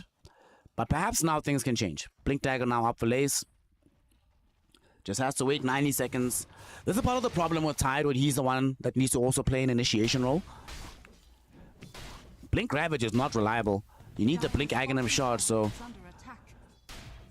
you're locked out. That's like, what, 4,000 gold you need to spend before you can start a fight on your own terms? Oof, that's tough. Dire's bottom tower is under attack. And sadly, Monkey, we see these kind of Monkey games all the time. Do decently in the lane, even get a kill or 2, but then the kills stop coming in the mid game. And yeah, he did go for this Maelstrom, but has spent a lot of his time trying to find targets, trying to make sure that they can combo with Loopsy on his bounty. It's the nature of the strategy, but sadly it's just not working out for them. And OneWin are doing the smart thing. They're playing basically with the entire team together at all times. Radiant's middle tower is When the entire team is together at all times, Bounty hates that playstyle. Can't just individually pick off random targets. Over here now. Shira Jr. What did he just buy right now? Okay, the full Kaya Sanj. Wait, I feel like he bought something else, didn't he? No? Okay. Witchblade, Kaya Sanj, Aegis. Going the way of OneWin. Radiant's top tower is under attack. And they are nowhere near the area for 9 Pandas, so cannot contest this whatsoever. Is under attack. Here's part of the problem as well. Munkushi's building into an MKB, right? PA normally relies a lot on her evasion, be able to get on a target. Yeah, she went for Orchid as well. That's something you see all the time. Okay. But now she can't really stand next to the gyrocopter once he gets to the MKB anyway. Because he'll have Daedalus, MKB, the BKB of his own. She'll just take way too much damage. Dire's bottom tower is under attack. Radiant Smoke up are right now by 9 Pandas. They're heading towards the mid lane. They find Cloud. This is actually a big grab. With the track on top of him, this is a lot of gold to claim. And better yet, it's V2 who gets the kill in the end. 1,000 gold that they pick up on that one. Woo! In total, it's a 2,000 gold trade almost. is under attack. Holy Dire's top base. tower is under All right. Get to see a little bit of the value that this bounty hunter can bring you. But like I mentioned, when there's individual heroes, so they recognize that, wait a second. We keep trying to fight these 4. Why don't we go find that one who's always alone by himself on the other side of the map?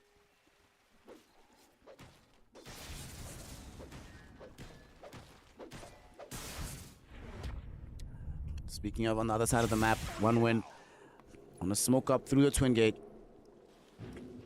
I don't know if they know if any of these heroes are nearby. Serenada, no! What a time to be not just alive, but dead. He's almost certainly dead here. Now it's certain. What a time to show on the wave. If he waits 10 seconds, just chilling on the tree, they probably don't go for him. But Dota 2, not kind to him in that moment. A little bit kinder to V-Tune. Not enough range on the hook shot to connect onto him. So this PA will live, but poor Monkey King.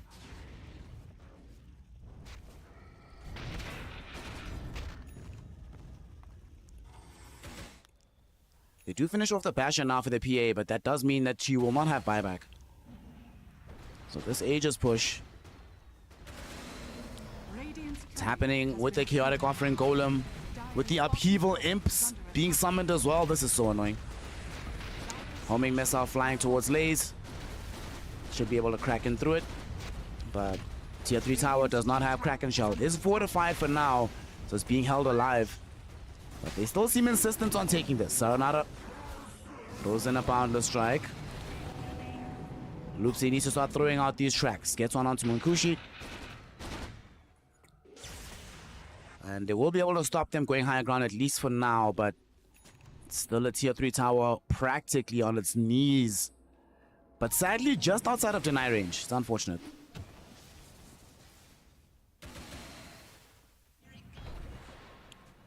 Munkushi has Satanic now.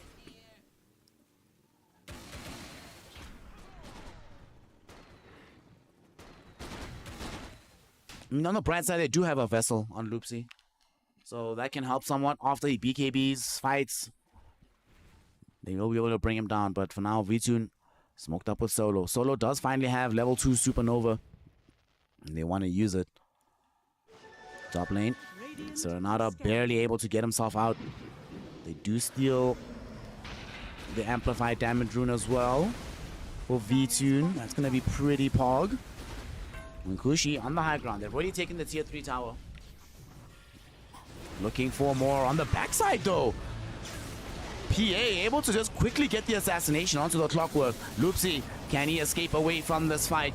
He's going to be alive for now, being healed up by the Sunray. Jump back in by Chiro Jr. But Chiro Jr. is now out of mana. Barracks are under attack. Does still have an Aegis if he wants to replenish everything, but needs to die first. Man, Yesterday there was a game where Sweden Strong... Was it Sweden Strong? There was somebody's Clockwork who had the second most damage in the whole game. It's crazy. Munkushi inside the Wukong's command for now. Does still have BKB Satanic. But remember, he does not have Aga, he does not have the Aegis. So he's actually in a little bit of danger here. They will commit the Solar Guardian to come and save him. Chaotic Offering dropped on the backline with the Fatal Bonds. But Fishman ends up dead. Lays chasing forward, does have the Ravage. He sees Cloud. Does he want to pop it? No. They want the bigger targets, like the Storm Spirit, who's going to end up dead. BKB is at the ready, so you have to time this Ravage perfectly, and they get it. He is gone. Down for the count. Storm Spirit removed from play. Loopsy setting up another track kill. And 9 Pandas, by some miracle, keeping the base alive. Fishman using the last 30 seconds of the Golem to put as much damage onto their melee barracks as possible. But don't think he's gonna... Yeah, wait, hold on. Hold on. Somebody needs to come and address this. Team? Team? Hello? Somebody in the game? Team? Team? Team? Team? No way, dude. He's not gonna do it. 8 seconds. Holy shit, dude.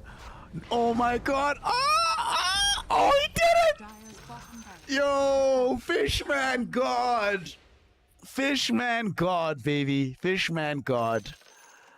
Bro. Take a victory lap, OG. What a player. What a player. You love to see it. I love it when supports do these cool shenanigans. I will say though, this PA Orchid has ended up being an incredibly good item. Now that they have the Bloodthorn as well, the important thing about the Bloodthorn primarily is going to be about the Solar Guardian. If you can, by some miracle, just catch her, you don't have that many stuns, but you kill her so quickly now with this Bloodthorn.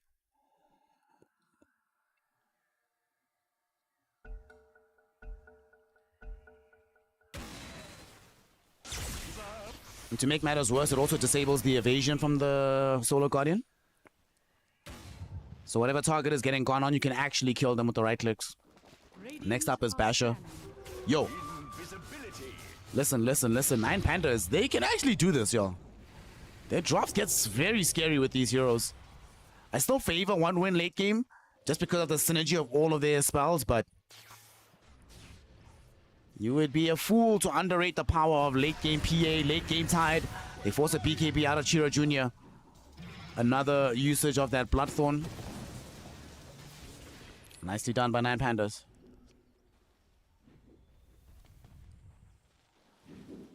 Roshan's not going to be up for a while, but they could start pushing in that bottom wave. I still can't believe Fishman got this. What a player. I also still can't believe that none of them were looking at the base and being like, hey guys, Phoenix noticed way too late. And I would expect it to be Solo, the veteran on the team that's like, hey guys, check your buildings, check your buildings. Speaking of buildings, 1 win, smoking up directly to the top side of the map. There's a Siege Dragon putting in some pressure here. So they're going to take the Twin Gate, but they're going to be forced to come in from behind because 1 win are going directly for it.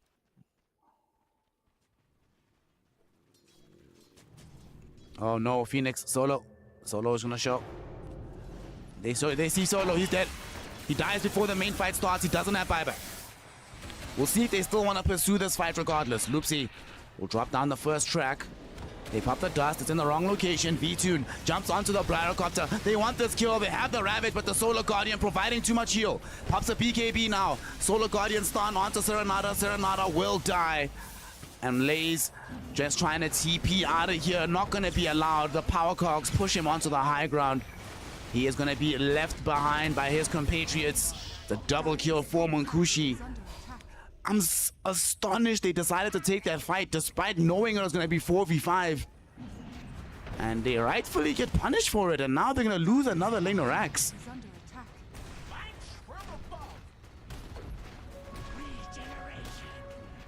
I think that's also part of the problem with Bounty, right? If you're starting from a 4v5 position, let's say it was the Bounty that died instead of the Phoenix, You can still be like, well, we'll find a nice angle for a supernova on top of the Ravage, Wukongs, you know, there's stuff we can do to play around our spells, but Bounty, from a losing position, just does not have that kind of latitude.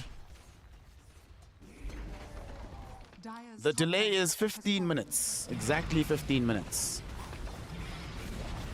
And no, there's not a single English person inside the lobby for this particular game, so you are 100% stuck with me. Mid lane being pushed into, they find the full mega creeps, and now V-Tune's in trouble. I think V-Tune's just dead. Yeah, he's just gone.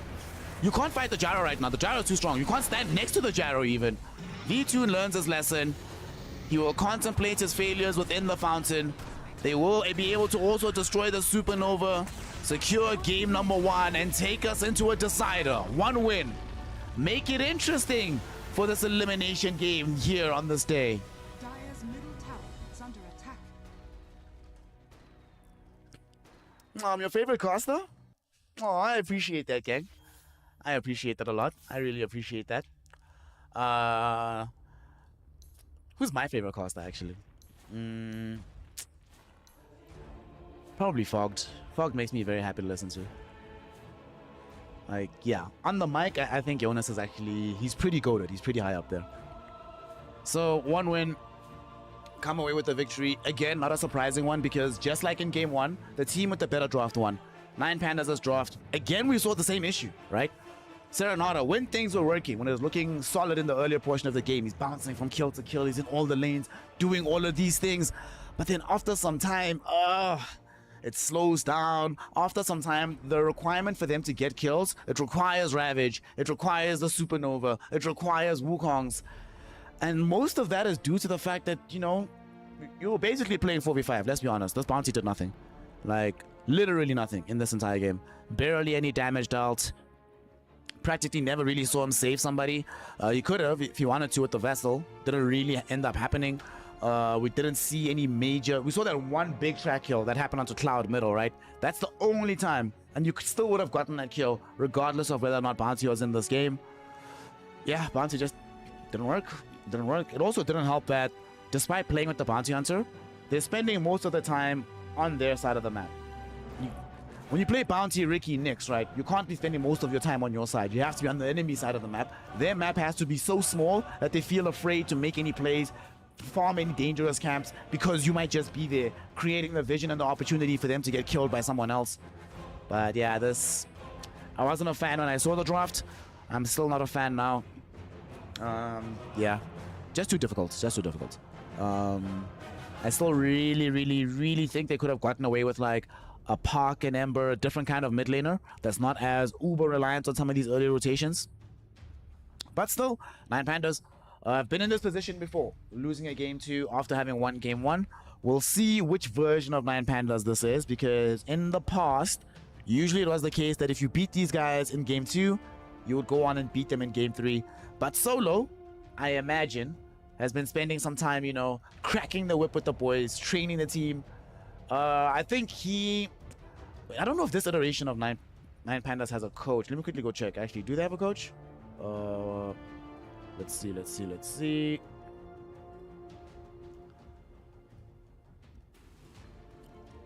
Oh, Metboom. I know Metboom, former coach of Entity. Yeah. Yo, listen, Metboom. You're a cool guy. We've hung out a few times. You've been pretty cool. But this draft was shit, bro. I don't know what happened. I don't know what you were doing. Please fix it, my G. Please fix it. Game 1, bad draw from 1 win. Game 2, bad draw from 9 Pandas. We will see what we get for Game 3. So, in the meantime, go take a quick walk, stretch those legs a little bit, grab some water. Make sure that you're following the channel if you aren't already. Make sure that you join the club of being incredibly cool people like Experts Exchange, who gifted a bunch of subs to people earlier. Still really appreciate it, OG. Really cool of you. And the most important thing, though, is make sure that you're here with me, with your homies, for game number 3 of 1 win versus 9 Pandas, the finale in this elimination game for PGL Wallachia.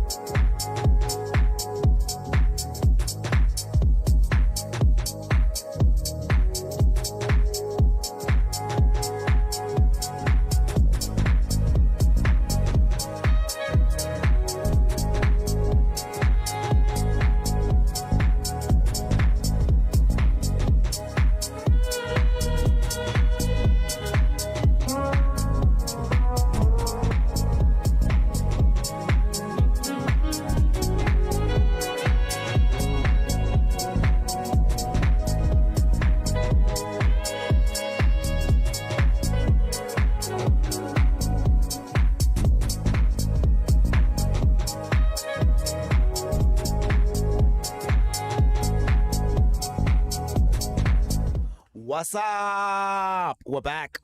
We are back. We have returned. We have a final game between 9 Pandas and the side of 1win. The winner continues in the tournament. They play against 1move later on in the day. Loser, yeah. If you lose, you're out. You're done. Tournament's over. So let's see what they've got for both sides. Of course, both sides have had issues with drafts for both game 1 and game 2. That's the reason why both sides were able to come away with victories. So it's going to be very intriguing what happens if the drafts are more even. Let's see how that goes. 1win have opened up with the PA as their first opening pick to respond to the Phoenix out of solo. And of course, you get the Clockwork Goblin coming in right now. We've already seen the kind of impact the Clockwork can have onto the Phoenix. So 1win will definitely be feeling super comfortable with seeing this matchup. However, what they could do on 9 Pandas is try and throw a curveball, have the Phoenix actually be the position 3 player, put something else on the position 5. Still create some problems though, because Clockwork can get on top of you, but somebody else can buy you a 4-star, you'll be fine.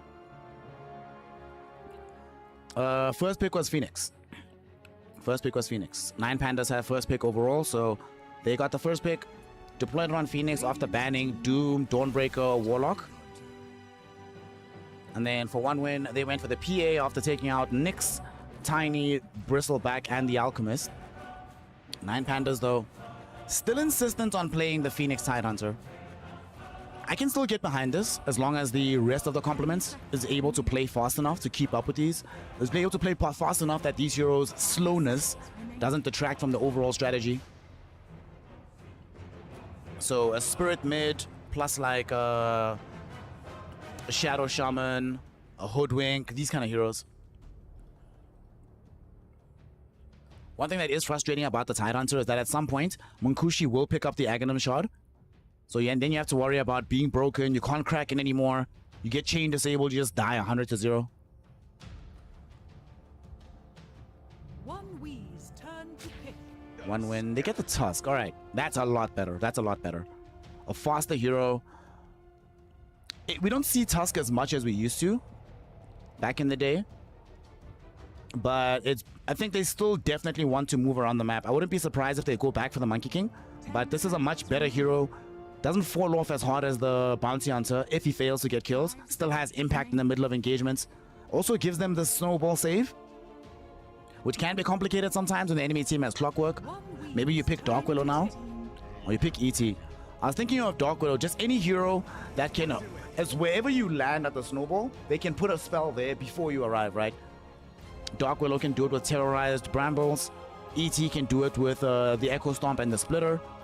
And we saw yesterday, actually, just how strong Clockwork ET can be together. And 1win, of course, pair all of that up with the Pangolier. 5 seconds remaining. It is 4 melee heroes, though. It is 4 melee heroes into Phoenix. That does seem a little bit dangerous from the side of 1win here.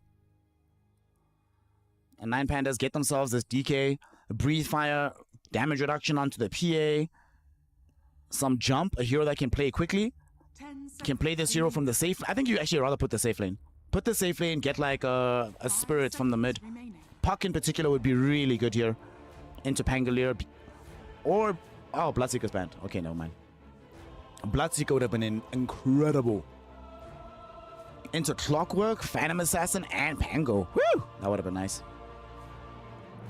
Sadly, not going to end up happening here. So let's see. Final heroes that are needed here. Munkushi. They need... I mean, Clockwork can start fights, so can Pangolier. They don't have any push potential, unfortunately. And they are still playing with 5 melee heroes. If you're gonna you might as well just play 5 melee heroes, whatever. Get like another beefy hero from the offlane.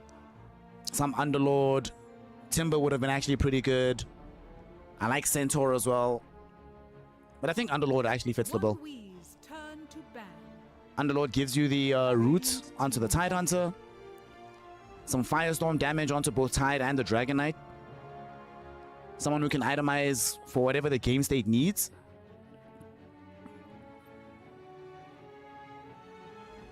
If not for that, Centaur's not bad either.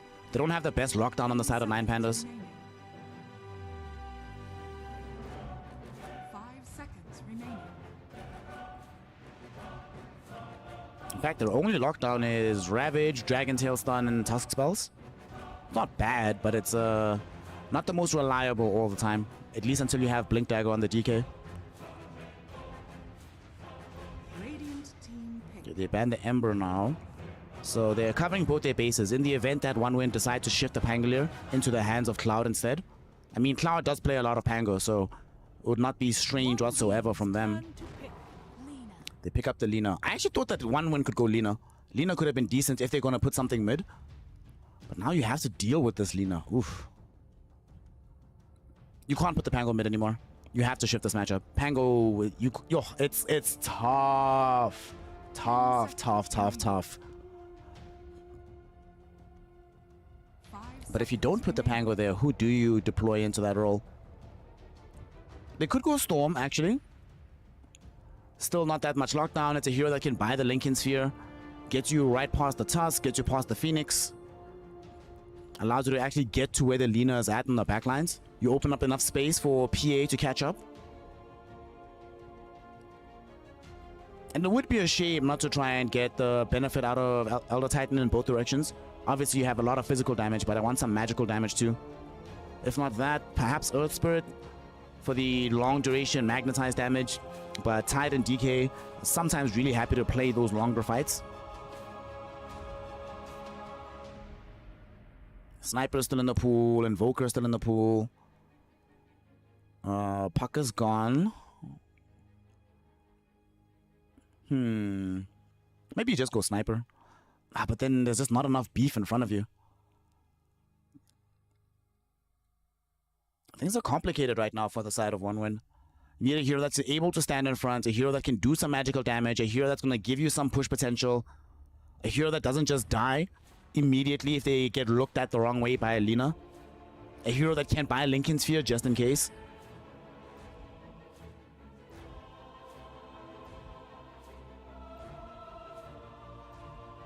OneWin really thinking about this one. I don't even know what hero it is. I think Lina would have been perfect for them.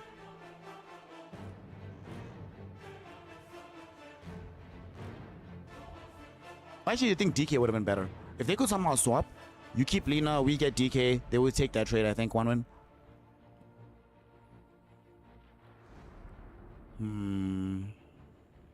It's an elimination game, so this is not the time to be making any mistakes.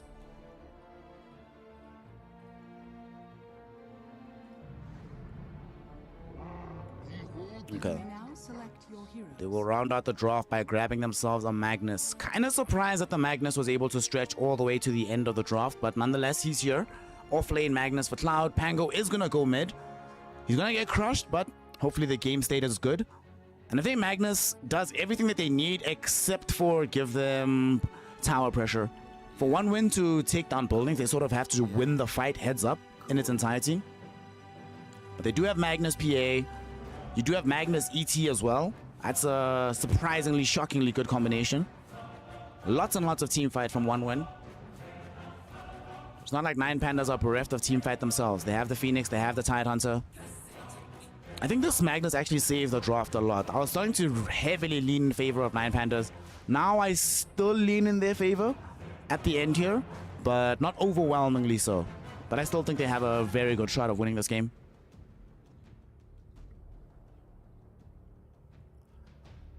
But yeah, not heavily. I'm like 55-45 for 9 Pandas. I'm just really concerned about this mid lane. And if they can get out of the lane decently for Chira Jr., I think the game becomes a lot easier for them. But man, this lane is going to be tough. It doesn't help that Serenata has actually won all 3 individual mid lane matchups today. So Chira Jr. certainly knows that he's got his work cut out for him dealing with this Lina. But let's find out if he's up to the task. Are we going to get a one-win victory to propel them to the next phase, or is Solo and the boys going to be able to make this turnaround happen? Let's find out together. Game 3. It's the last one.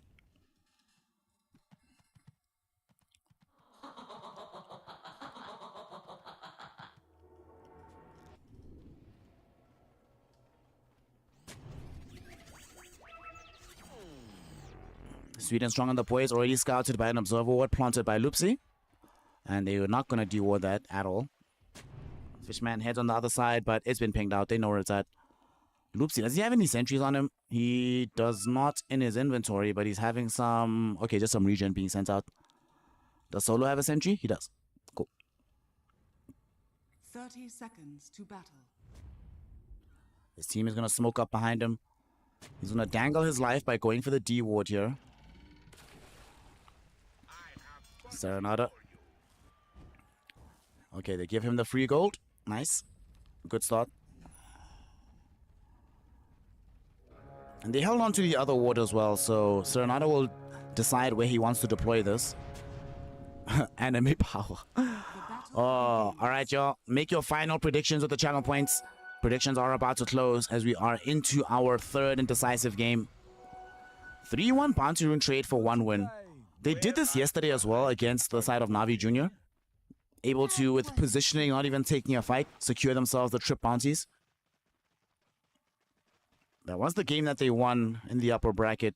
We'll see if they can keep that success going here as well. As Munkushi. Gonna be backed up by Fishman. The dual melee lane into the enemy dual melee lane. I am much more scared of Ty Tusk though. PA is gonna have to be very careful about how she farms this lane. Fishman getting gone on with the tag team, already losing half his HP. Fortunately, these heroes are only level 1, so there's no gush on Lays, there's no ice shards on Loopsy. But when they have level 2, Fishman will be in major trouble if they try that again. So he's gonna have to chow through a lot of his regen. Mid lane. Well, Chiro Jr., good luck, brother. Good luck. That's all I'm gonna say. We'll see what he's able to accomplish. We'll come back in a couple minutes, see how things look, but just generally speaking, Lina does do really well in that matchup. Down bottom, there's not really too much you can do to DK, right? I mean, DK Phoenix, what can you do? Fire Spirits for the slows. Eventually, you'll have Sunray as well in the event that he ever falls low. Yet again, Solo can die here if he gets skewered towards where the clockwork is, into the cogs. But if he plays carefully enough, he should be fine.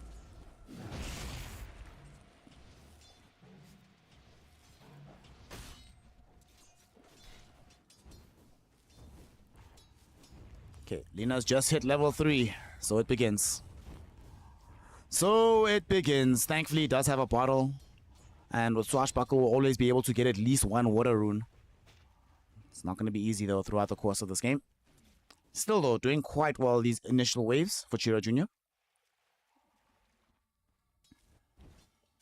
Whenever you know that a mid lane matchup is going to go very poorly for you, so important to get those initial waves before the lane completely turns on its head. But unfortunately, that turn is starting to come in. Chiro Jr. forced into deploying shenanigans in order to find any CS right now.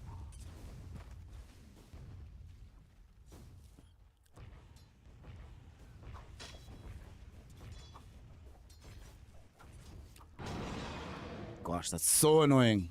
So annoying. Now you just post up as Serenada. Serenada's gonna be here chilling. Shield crash from Chiro Jr., but it just gets taken away so quickly. Oh my god, he almost died. If he didn't pop a fairy fire there, I think he loses his life.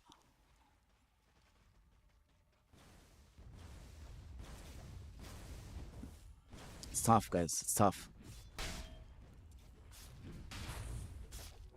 Down bottom. They're trying to get some punishment out onto Cloud. Blood grenade even thrown on top of him. He's already used his skewer, so he's not the best position. Nice little cogs from Sweet and Strong. Pushes V-Tune into the crevice. And they push him towards the tier 1 tower. Give him a couple of pot shots. But ultimately, Cloud will live. We haven't seen any stacks in the jungle being created by Sweet and Strong just yet. But that will come from the clockwork in time.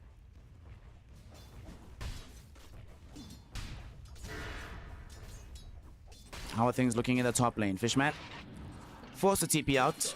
As mentioned, once they get more of these levels, it becomes quite difficult for him to survive in that lane. Dire's middle tower is under attack. Now, Munkushi has to be very careful. Playing solo versus Tusk's Hide doesn't sound like fun for her.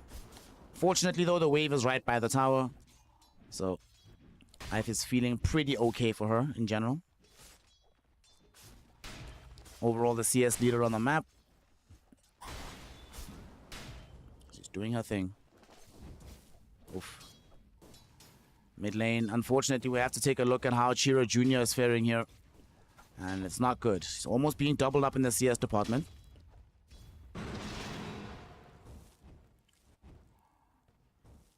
Doing what he can. Level 4 while the Lina is level 5.5. She doesn't have much mana at the moment though, so that is a bright spot. And she needs to wait for the swashbuckle before she can go in for the clarity.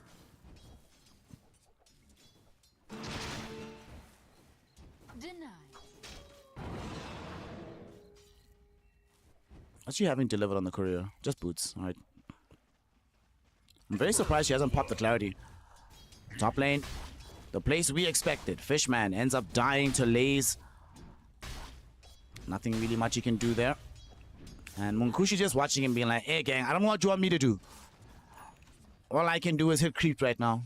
Actually threatening heroes is well outside of my wheelhouse.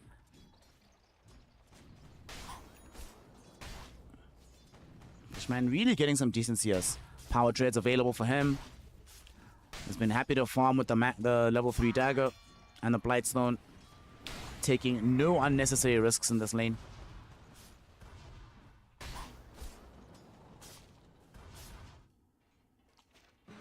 Solo. Oof. He knows what'll happen if he gets hit by the first battery assault. He dies. Guaranteed. Not just to the clockwork alone, but Chiro Jr. could be nearby. Serenado ends up killing off Fishman, and now they want to come and fight for the regen rune. They managed to actually get it for Chiro Jr., and Chiro Jr. has level 6. Couldn't find the Rolling Thunder, interrupted by Loopsy with the snowball. That was actually a crazy sick play. Very well done by the Tusk.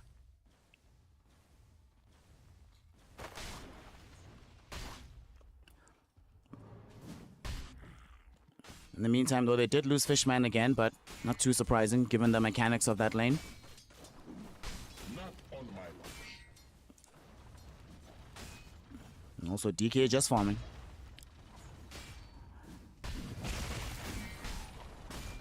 Gets himself a flag bearer, gets himself a range creep. One win, wanna get themselves a rune now as they come in towards Loopsy, but Loopsy has the ice shards, stops them from progressing forward, and even bringing in the Tidehunter. Doesn't have the level 6 available, but they do have quite a lot of spells. They get cogs, but Sweet and Strong might not be happy about these cogs. He's in an awkward position. Nice snowball to dodge the Rolling Thunder. Sweet and Strong gonna get connected onto, does end up dead. Now Chiro Jr. Does he kill Loopsy? Loopsy is low. Loopsy is still alive. Loopsy will go down, but Chiro Jr. is definitely gonna join him. Serenada doesn't have access to the LSA, but doesn't need it. Laguna Blade, Dragon Slave. Serenada has the damage. And 9 pandas have the kills. Best part is they also got the Wisdom Rune. Nicely done by Loopsy.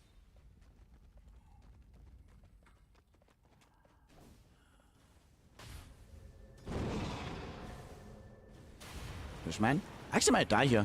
Snowball, ice shards. He's gone. Killing spree for the Lina. What a hero. What a hero. Oh man. He's 1,300 net worth ahead of Chiro Jr. But at the very least does get to get an Aghanim shard now. Ah, the Arcane Rune, not an Aghanim shard. Got it. Chira. Building into the Diffusal Blade, of course, as is his wont, playing on the Pangolier.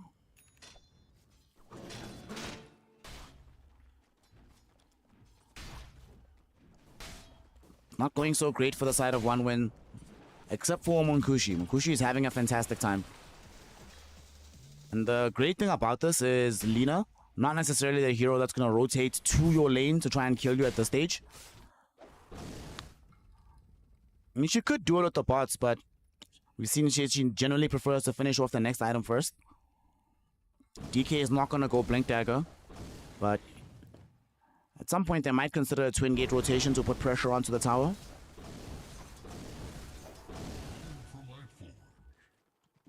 But okay, never mind. Lina's there already.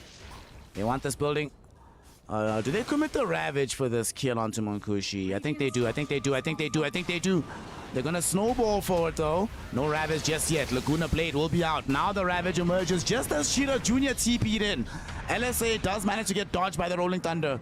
Serenata leveled it up a little bit too late, so Shira Jr. is out. Him, Fishman, and Sweet and Strong just trying to run with all their lives. Structures are fortified. They're going to get the tower. Nice Laguna Blade to secure the kill. Radiant's bottom tower is under attack. Dire's top tower is under attack. But here we get into one of the issues that they have. If DK is not here with the DK form, they don't have any push. To be fair, neither side really has great push. Right now, Loopsy gonna find himself getting caught here, but Serenata is right here looking for the LSA potentially. It catches onto the Clockwork, and Clock will die. In the meantime, Lay's taking some damage from Monkushi, who's deciding to back off. They get the Supernova out. It's the first one of the game. They should be able to destroy it. RP as well. Gonna be thrown in by Cloud. They bring down Serenata. They chase onto Lays, and they will be able to find him. No way out for the Tidehunter. Double kill for Fishman. And what an RP from Cloud. Not only to get the heroes locked in position, but to open up the space so his team could destroy the Supernova. 4-for-1 exchange. 9 Pandas get heavily hurt, punched in the nose by one win.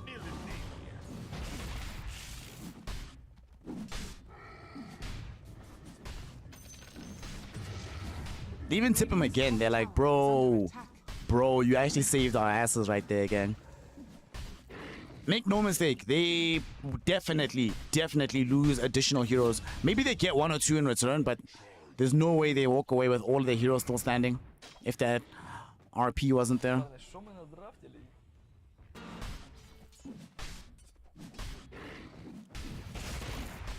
Cloud got a lot of gold from that. Now halfway towards having his Blink Dagger.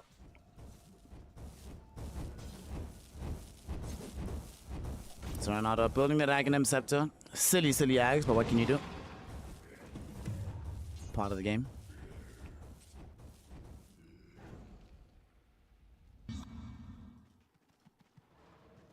How's our other offlaner doing? Laze has opted to go for... Is he building Crimson for this game?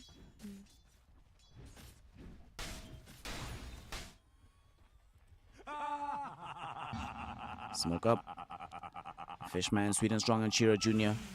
Wanna head out onto the map. They know more or less where Lina should be farming at this stage of the game. But they don't have any vision. Rocket Flare will scout out solo, so maybe they settle for the Phoenix. They see that there's also a pretty large ancient stack being created. Oh wait, Serenata!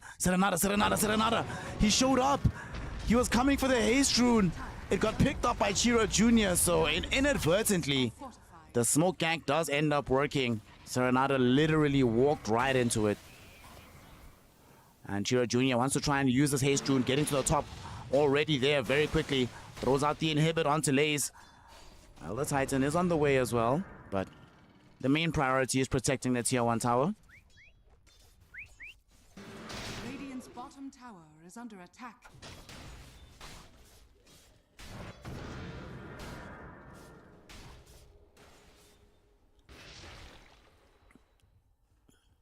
Things still hang in the balance. PA farming quite heavily, but so is V2, and now finally they bring the DK. He's the only one capable of actually pressuring in this entire game onto tier 1 towers. Should be a very quick grab for them. Dire's top tower has fallen. At the same time, Magnus just picked up a Blink Dagger, and the DK form just expired. If they could find an opportunity to smoke. Fishman is not carrying one, but I think he might have one delivered.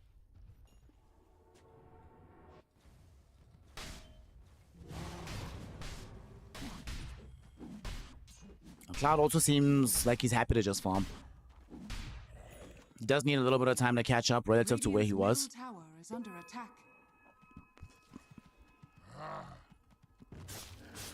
PA, Battle Fury up for her right now. She will, of course, be receiving empowers from Cloud throughout this game. And here comes the first round of it. Thank you very much. All right, let's go fight. Got Blink Dagger on the PA, on the Magnus.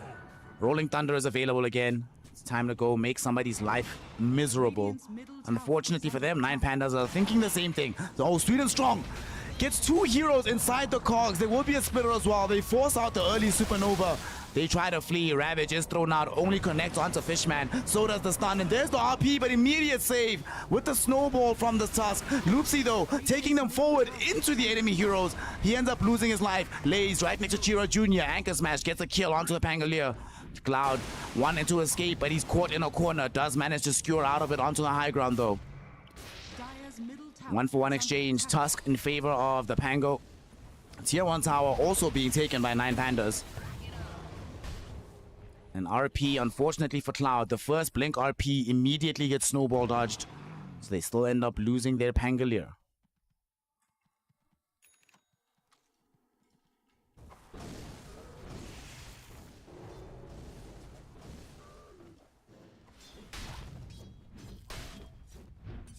Radiant's middle tower is under attack. Bounty. So after that fight, I think OneWin will want to farm a little while longer. Maybe get the shard for the Magnus to get the Shockwave drag back, making it easier to start these fights. Still looking for the BKB on the PA. She's not that far out at this point. About 2,000 gold away, then she'll have the full item.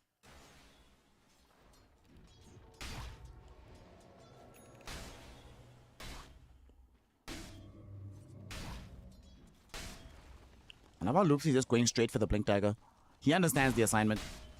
When the RP comes, Blink Snowball, that's it. That's all he has to do. Like, if that's all he does in the middle of a fight, it'll be a successful fight for the Tusk.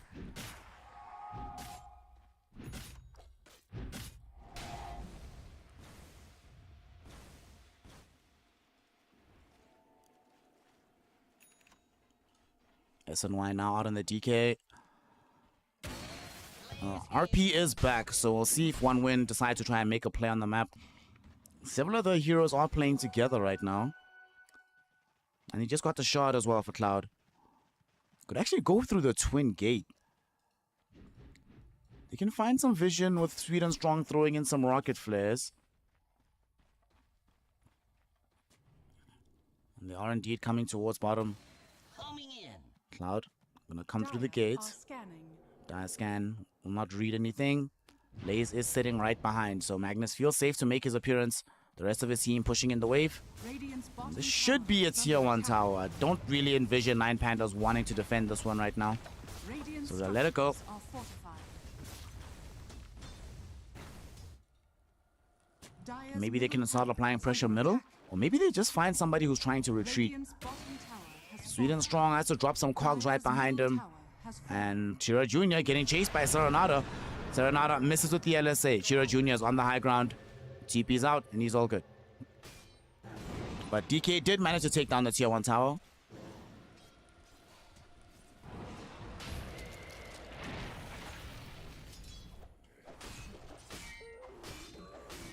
Radiant's bottom tower is under attack.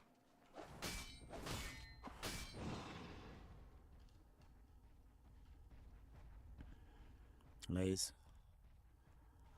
Going a Ghost Scepter next. Does you want E-Blade this game? Sure, why not? It is only E-Blades though, right? That he realistically could build. Like, I don't really see him just keeping this Ghost Scepter for the rest of the game. I feel like using the E-Blade onto the PA feels very strong. Is under attack.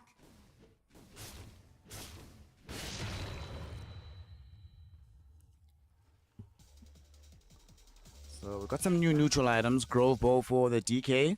Would love to be able to use it in a fight. Radiant are They have scanning. Blink Dagger as well from Lays. But once more, there's a little bit of a lack of vision for either lineup. Gonna walk past the Shield Rune Fishman. Oh, happy to die for the cause, but not the one they want on a bigger target. Little do they know, right behind him is Chira Jr. Oh, they see him now. He's swashbuckled. He's swashbuckled. Blink. Ravage not thrown out though. Instead, they just focus onto the Elder Titan. Chira Jr. doesn't actually have a TP out. So this is kind of a dangerous place for him to be, and they caught him inside the ice shards. But he does have swashbuckle, so he's good.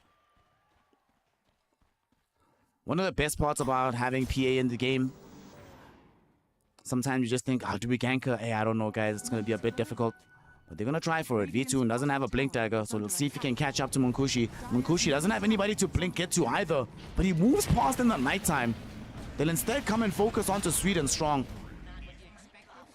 Well, Munkushi's like, hey, guy, hi there, boss. That one had to happen. Somebody had to die. It wasn't going to be me. Still, though, 9 Pandas are finding kills with these movements. Not even falling behind in the farm of this Lina.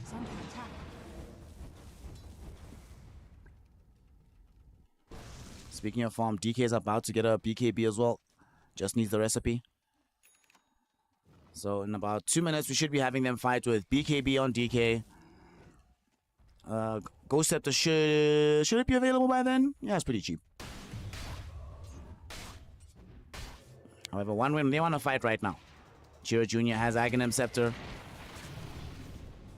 Middle. Oh, that's unfortunate. Fishman smoke breaks right onto the tusk, so Loopsy just blinks back away. Everything's cool for him. Radiant's middle tower is under attack. They're still searching though. You know that they can get some kills right now. It might also be able to steal a Wisdom Rune a little bit later. But 9 Pandas have a decent idea of what's going on here. They will come smoked up themselves, heading onto the high ground. Munkushi, as mentioned, does have BKB, so feeling a little bit safer here. One win, starting to back off from the area. The PA, she's kind of in an all-alone area. Somebody needs to stand right by her. They see Munkushi now. He's already committed the jump. He gets hit with the Ravage. There's the Snowball. There's the Dragon Tail. Do they have enough? RP was deployed to try and re-engage the fight, and it helps them kill off the Tusk. Beautiful LSA, though. On to 3 heroes, even better than the Ravage. They burst through them. Munkushi ends up dead as well.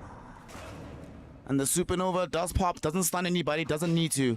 Chira Jr., the lone survivor. But Serenada, the hard carry of that engagement. And he steals the Wisdom Rune instead. Nice. Radiant's middle tower is under attack. Also, DK did something very smart. So when after the Ravage Snowball, he moved back a little bit, just over here, in the event the RP came. And he was correct. The RP came, he didn't get caught. Unfortunately, I think they should have tipped Sweet and Strong because his cogs sort of doomed his entire team in that situation. So, sorry, buddy. These things happen. It also happens that now you have to play into an Aegis onto... Who's going to take it, Lina or DK? DK, okay. And you actually go top. They found Chira Jr. He's dead. He's dead. Ah well, Lina too strong.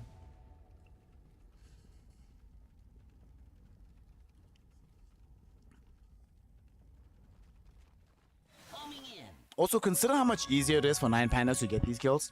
Even if they don't have Laguna Blade, just Lina being alive presents more than enough damage to find these kills. If Pango doesn't have Rolling Thunder, like how are they finding these kills?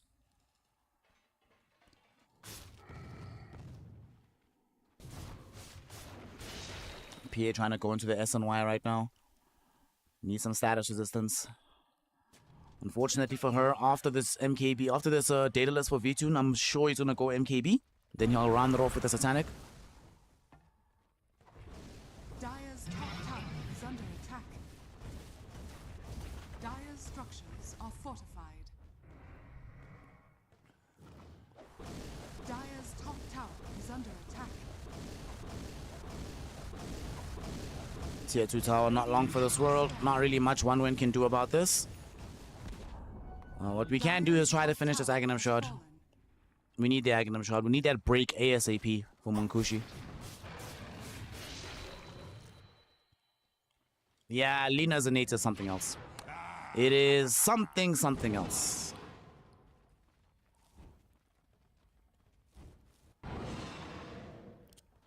Serenada also going for a BKB for her own. Not that far away from picking it up either.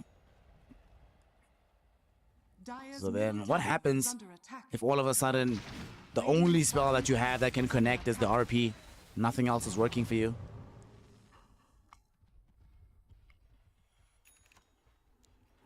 But that RP user does not have a BKB, so there's a layer of protection available for one win. They still don't really want to fight into an Aegis, but the game is not that far behind for them. Munkushi is still very high up there in the net worth. Cheetah Jr. starting to angle towards having an AC. Wants to have that additional presence in these fights. And even the clockwork, only 1,000 gold away from having Aghanim Scepter. And this clock, when he has Ags, the ramp up in damage is obscene. Just because of the mass usages of the rocket flare. Becomes absolutely ridiculous. Dire's middle tower is under attack. Radiant's top Smoke tower up by is one under win. attack. Dire's structures Where are they gonna go? fortified. Right now, Nine Dire's Pandas middle tower is under are attack. chilling in the Dire Triangle. They'll show V-Tune in through the middle. Dire's And middle perhaps they're tower looking for a is full wrap here. It seems that way. Radiant's Cloud, top tower him and is Chiro under Jr. want to attack. lead this charge. Will they see it coming on the side of Mountain Pandas? They smoke as well. And they're going to head in the right direction.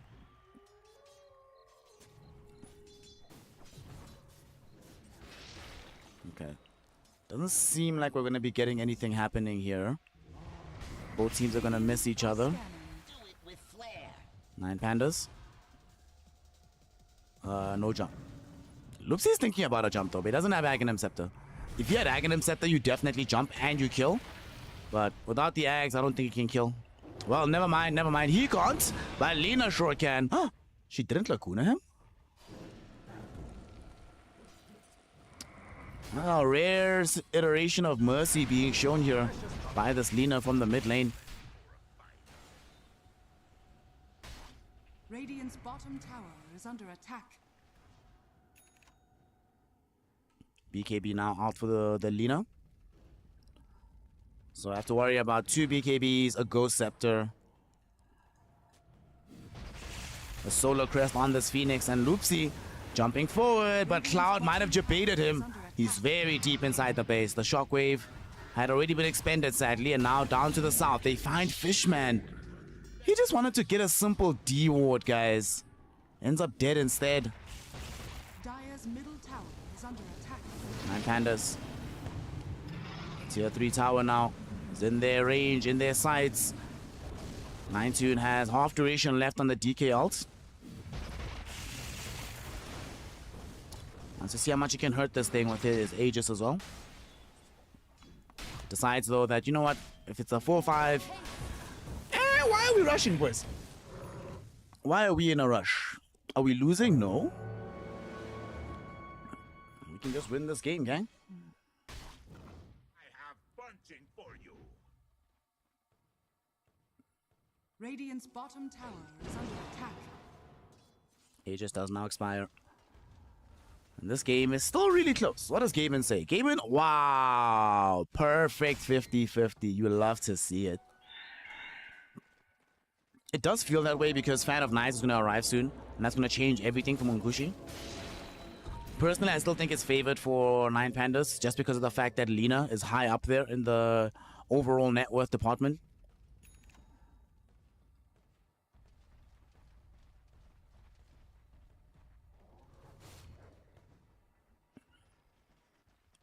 Fishman.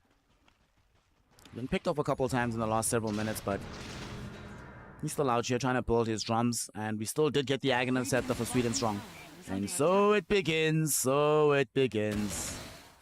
Oh god, I hate this. I hate this Ag so much. Incoming.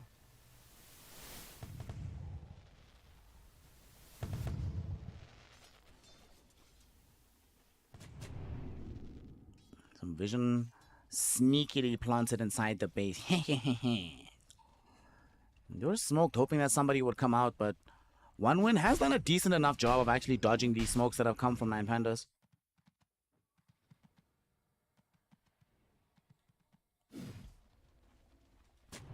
Gonna have to push up the old-fashioned way. As top was actually being cleared out by Shiro Jr.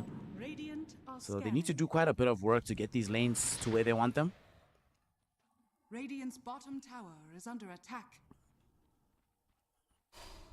Wow, this game really is hanging in the balance. It's actually properly 50-50. Shiro Jr. does lose his plate mail. On the other side, though, they're inside the base with the RP. They found the Lina, and they got her. Now they want to chase. They want more out of this one. Rolling Thunder coming in from Chira Jr. Lays prevented from blinking by these rockets. He is going to be held in position. Ghost Scepter's not going to help you here, but he is in trouble, and he is going to have to watch Loopsy die. Doesn't die himself, though. They decided to leave him alone, go for the easier target. Cloud, RP onto Lena, drag her into the base, kill her off. It's going to buy them so much more time.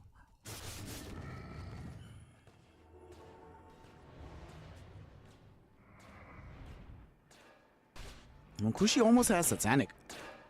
Literally just needs the Claymore to pick this one up. And all of a sudden, this game, having this PA feel like a massive, massive threat here. Okay, so she deals 260 damage, or 260 damage without the access to this thing, the Empower. I want to see how much she does afterwards. But Cloud is being greedy. There we go, thank you very much. Oh, that's not so bad. Just a casual 300 plus damage. Will get stunned though, but absolutely no way that he's an actual threat here. There's an AD rune that was activated by B-Tune, but I don't know about activating it and going with the DK form as well. I think you now kind of are forced into going onto the high ground, or at least trying to poke a little bit.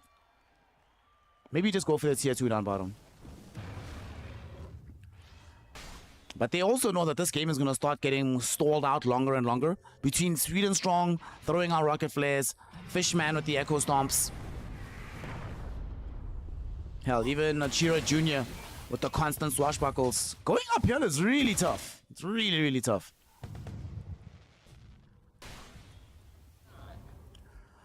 Real talk, I really hope that this Ags on the clock is nerfed into the fucking ground. Holy god, I hate this all. This Ags is so silly. I don't like this. At the very least, a rocket flare. Everything else, honestly, I'm fine with, but it's the triple rocket flares, man. That's a bit much. Roshan is now available to contest. Both teams should have awareness of this, and Chira Jr. just going headlong onto Solo. Solo is down, does have buyback.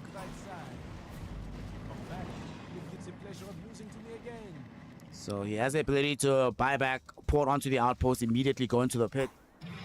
9 pandas. They don't want to let this Roshan go for free. Dire Scan will catch them, and the rockets catch the vision and disable the blink dagger. Lays can't get into the fight. This is a big deal.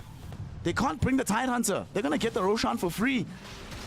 At least they're gonna try for it. Lays, see if he can lumber up. Does drop the anchor onto Chira Jr. In the meantime, V2 eviscerates Fishman. Chira Jr. gets himself ravaged next to Sweden Strong. He will end up dead to the Laguna Blade, and now Munkushi trying to punish the backline of this fight. BKB active, wants to leverage this Aegis. He's running deep, but his BKB finishes. LSA stunned him up as it happened. He ends up dead the first time around. But they don't have Ravage, they don't have Supernova, but they do have the Dragon Tail, they do have the LSA, they do have the right-click damage, and they do have the kill onto PA. 9 pandas recover the Roshan fight. Despite giving up the Aegis, they win the engagement.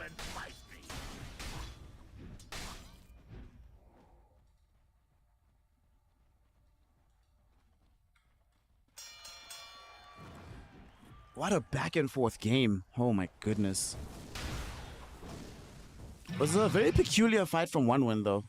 They knew that the enemy was coming. Clockwork was trying to block the approach from the Tide, but they still positioned so far apart from one another. Like Chiro Jr. was here, Pia was still in the pit, Sweden Strong was all the way to the north. Cloud couldn't really get involved in that fight at all. Peculiar series of events. And now we have this Pangolier getting gone on, immediately dead. Sunray inside the snowball. Ash shards, he's gone. Does have buyback. Might need to use it. Tier 3 tower. They want to finish the job that the DK started all those minutes ago.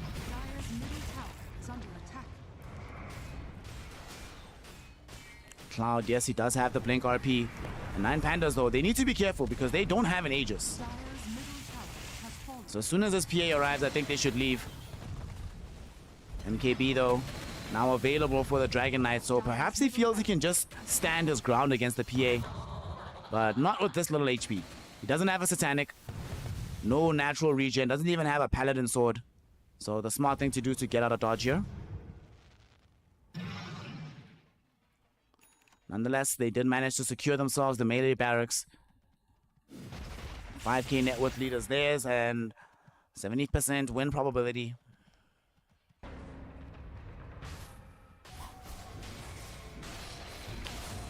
Okay, please give it to Munkushi. Oh my god. Dude, buy it. Bro, you need to buy the shard. They really need a shard for Munkushi. Dire are scanning. It's tough because he also definitely wants the Lincoln Sphere. I officially diagnosed him. He's sick, yo. He's sick. Has a diagnosis of one more item syndrome. We've all had it before. We've all had it. But he's there right now. I want a Lincoln Sphere to help me against the jump in of the DK, the Laguna Blade. Damn though, I would really like a nullifier. So I can actually do damage onto these fools. Damn. The shard would be so nice. It's a tough place to be as a PA. Easy place to be as 9 Pandas as they smoke up again. Full MKB, Daedalus, BKB, SNY with a double damage rune waiting in the wings. And here they go. They found the fight. Lays doesn't find the jump he was looking for. Fishman hiding in the corner here. Will get scouted now though.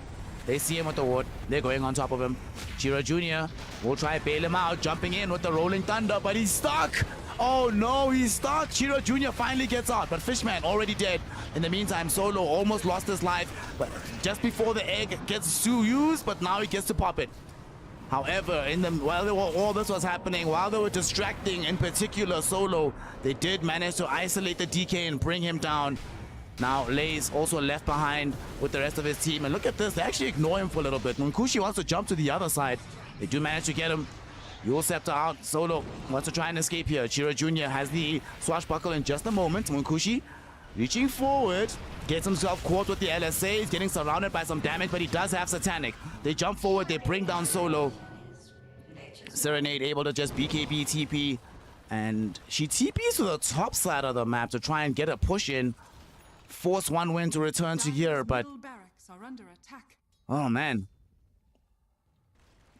Dire's middle barracks has fallen. great fight from them and great separation. I think that's the thing, right? Because the way that this fight broke out, you had Serenade here on the bottom, on the low ground, right? Serenade is here trying to beat into Fishman on the high ground. You have Solo on the high ground with his Supernova, but his Sunray is being used on the Fishman mostly. He doesn't have an opportunity to turn it towards the bigger targets.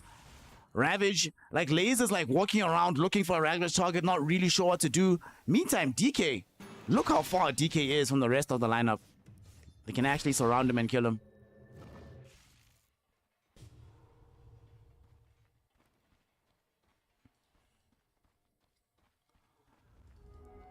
PA, hey, she bought the shot, nice. And this game is back to even, right? Yep. This is now an execution-based affair on pretty much all sides. An execution-based affair and a buyback affair. A buyback affair is very important. That is what is necessary. Lina about to hit level 25, baby.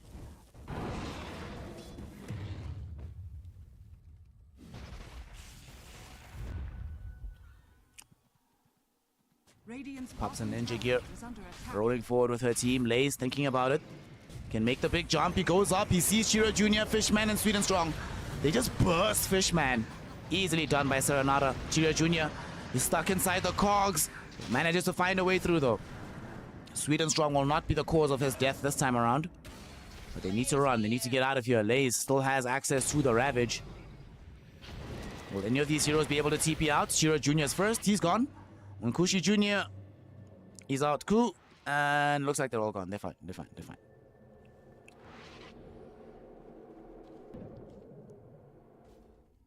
Yet again, they go to the top side of the map for 9 Pandas to try and push in onto the tier 3 tower.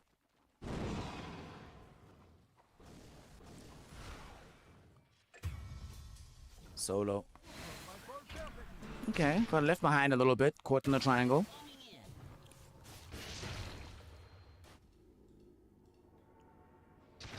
Does anybody in the game have 25 just yet? Okay, PA does, and she obviously went for the additional or the reduction on the coup de grace.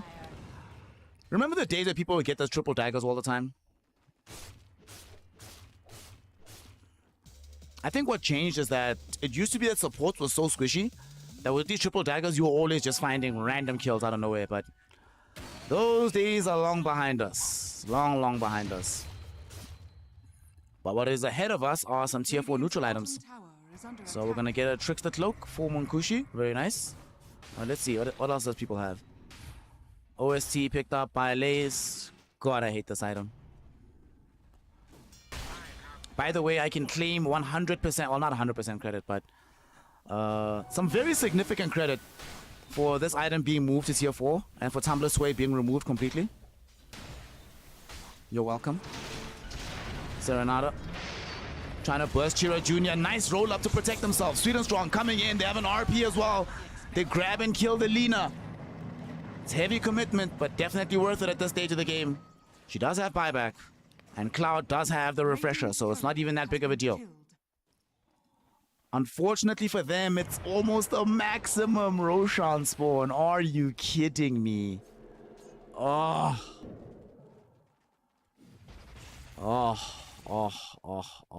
Gosh.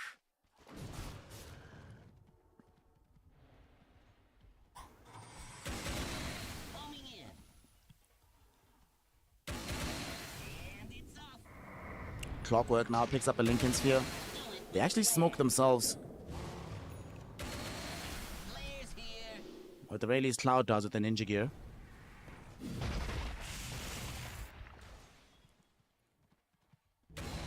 Radiant's bottom tower is under attack. Radiant structures are fortified. Man, they are fuming right now, I'm telling you. They are pissed. 1 win. They're like, seriously, dude. We get such a clean engagement, clean pick, and Roshan just decides to take a day off. Now? Really, gang? What the hell? And now 9 Pandas are like, wait a second. They Rosh really fast. If they haven't taken it already, it means it hasn't respawned. Let's go see what we can do about this. Obviously, Lina can TP in to join this fray quite quickly. How will they take this? 1 win. Also have to worry about their base being pushed in. That's why these rocket flares are always going back. Lays managed to find a full wrap here. Man, if he can get this blink.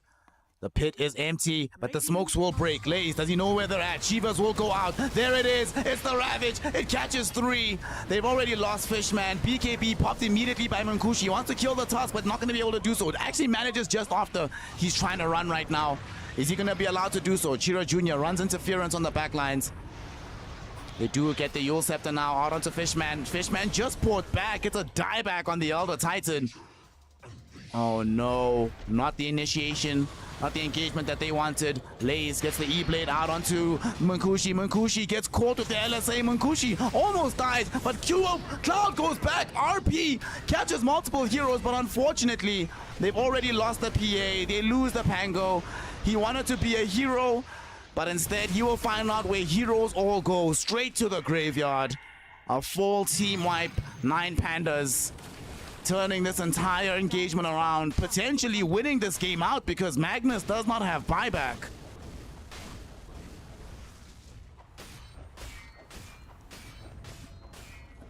That was such a weird, yet again, a weird Roshan fight from 1 win. Like, their positioning here? I mean, if I'm the team with the Phoenix, right, and I'm the team that has the Tidehunter, then I feel like it's perfectly appropriate to do that kind of positioning, but I'm the team that's playing into Phoenix, that's playing into Tide, that's playing into Tusk. I don't know, gang. I don't know, gang. 9 Pandas get heavily punished on that one. Oh, 1 win, rather.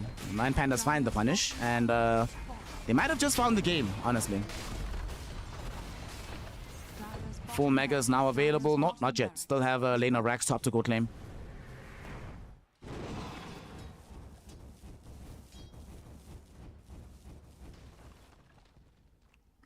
Oh, man. Also, Fishman, his re-entry into the fight ended up being really, really bad for them. Still, the game's not over. Got it. Sadly, the Aegis, the Roshan, the one that got one win into this horrible position in the first place, now he decides, yeah, I'm awake, gang. What's crazy? What's happening?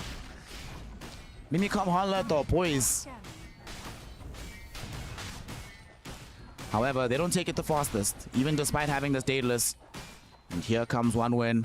They know that if they don't get this fight, this could be the last play of the game. Lays gonna get scouted. Munkushi jumps him. They get the Nully out, but Nullifier used right now. Rolling Thunder being considered by Chira Jr., but not just yet.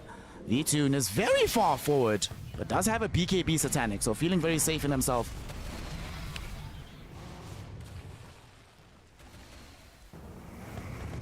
Rolling Thunder being triggered out. Chira Jr. comes in. They're able to get to the backline. They get to the tusk, but he doesn't find the right target. Oh no, Chira Jr. in the meantime, Lays finds the Ravage onto Munkushi. Munkushi tries to dive towards V-Tune. They're able to almost kill V-Tune, but he gets off the Satanic. The Fan of Knives came too late from Munkushi. What happened, bro? Munkushi is gone, no buyback. The same is true of Fishman. The escape is possible for Chira Jr. and Cloud. Oh, Munkushi, the Fan of Knives, didn't come out onto the DK, so he's able to regen through that fight. He stays alive, he turns it around, and they still get the goddamn Roshan.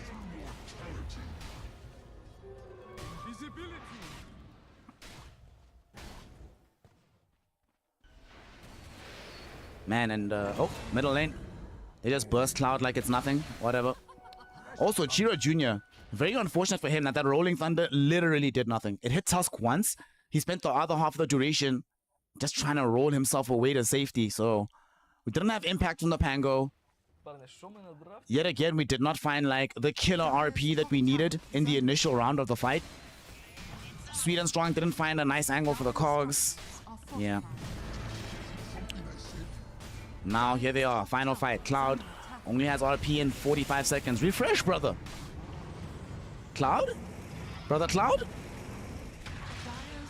They go in right now. Rolling Thunder in onto V-Tune and the gang. They do manage to stun Lays in the corner, but he just pops the E-Blade. He's fine. Supernova is down as well. Finally, they do throw out the RP, but it gets dodged immediately. Supernova pops to the north. They did manage to find the kill onto Serenata, though. Got hunted down by Chira Jr. in the backlines. But just buys back, has bots immediately involved in the fray. And now Cloud looking for the skewer back. They do catch V-Tune. V-Tune though, BKB out with the Satanic. He has more than enough health. And the PA, she doesn't have enough to stand her ground here. She is going to end up dead eventually. But they first take the first life of the DK. As soon as her BKB ends though, she is in danger. Dragon Knight chasing her. LSA is out. They really want Munkushi. Munkushi still lives. V-Tune in the meantime taking some damage from the tier 4 towers, but he's barely even feeling it. Chira Jr. and Lays just not enough to solo zone him. Sweet and Strong coming in, finds the hook shot onto Serenata. They want to try get the dieback on the Lina, but Sweet and Strong doesn't have the follow-up necessary to make this happen. They can still get this clockwork. Loopsy is gone. V-Tune, no BKB for 53 seconds when hit by the Fan of Knives, but the LSA! Laguna! Holy shit! Serenata, bruh. Y'all are chasing the DK, but that's the wrong fire breather you should be worried about right now. Lina brings raining fire from the heavens, crashes on onto one win. GG, well played is called. 9 Pandas walk away with the 2-1 victory and continue in the PGL qualifiers for Wallachia Season 4. Oh, man.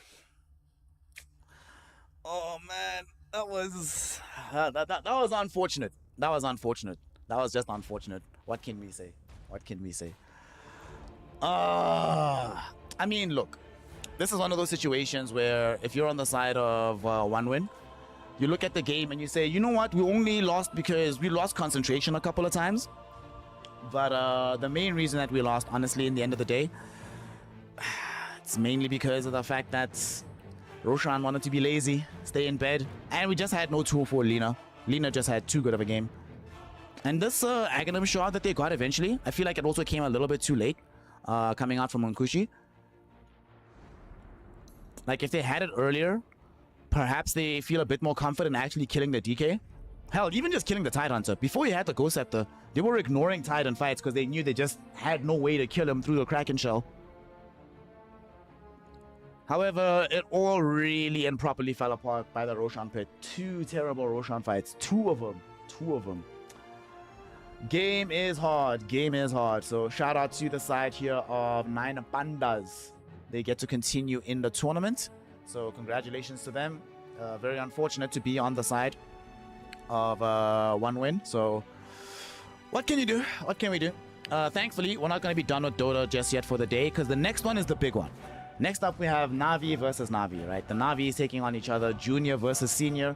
That's going to be pretty exciting to witness. So we're going to be back for that game in just a couple minutes. Make sure that you're following the channel if you aren't already. Go grab some water, chill out a little bit. Hey, R2, what's happening, gang? What's going on? What's going on? So yeah, do that. I'll see y'all in just a little bit for some more Dota 2 action. It's going to be Navi Junior, Navi Senior, and it's going to be the PGL Wallachia upper bracket final. You definitely do not want to miss it.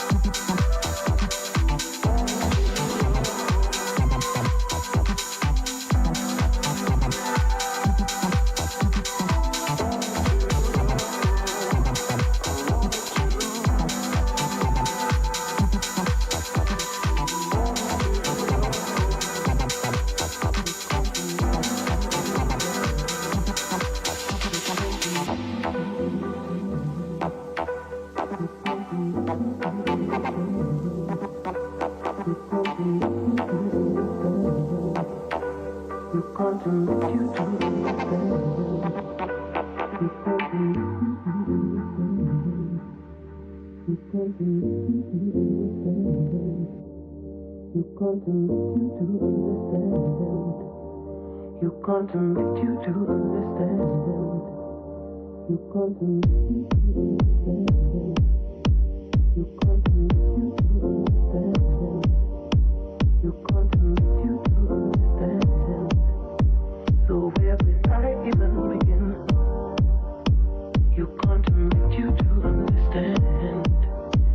You contemplate you to understand. You contemplate you to understand. So where will I even begin? You contemplate you to understand. You contemplate you to understand. You contemplate you to understand. So where will I even begin? You can't imagine to understand. You can't imagine how I'm feeling. I can't admit it to myself. So where will I even begin? You can't imagine to understand. You can't imagine to understand. You can't imagine to understand. So where will I even begin? You to understand. You contemplate you to understand.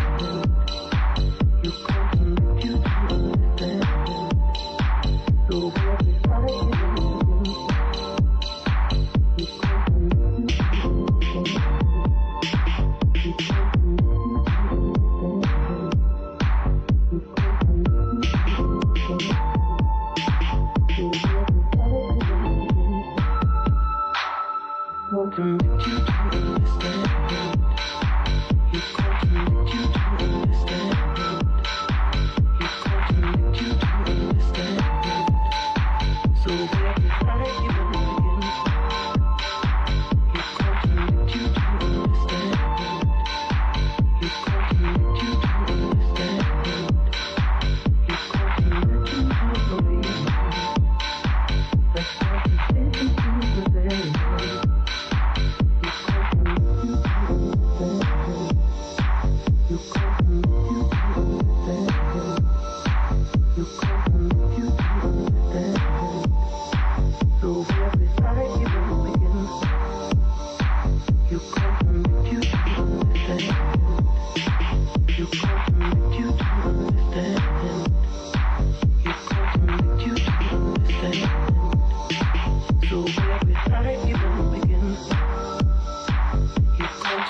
you to understand.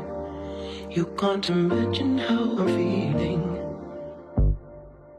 You to understand. You can't imagine you to understand. You can't imagine you to understand. So where will I even begin? You can't imagine you to understand. You can't imagine you to understand. You can't imagine how I'm feeling. I can't admit it to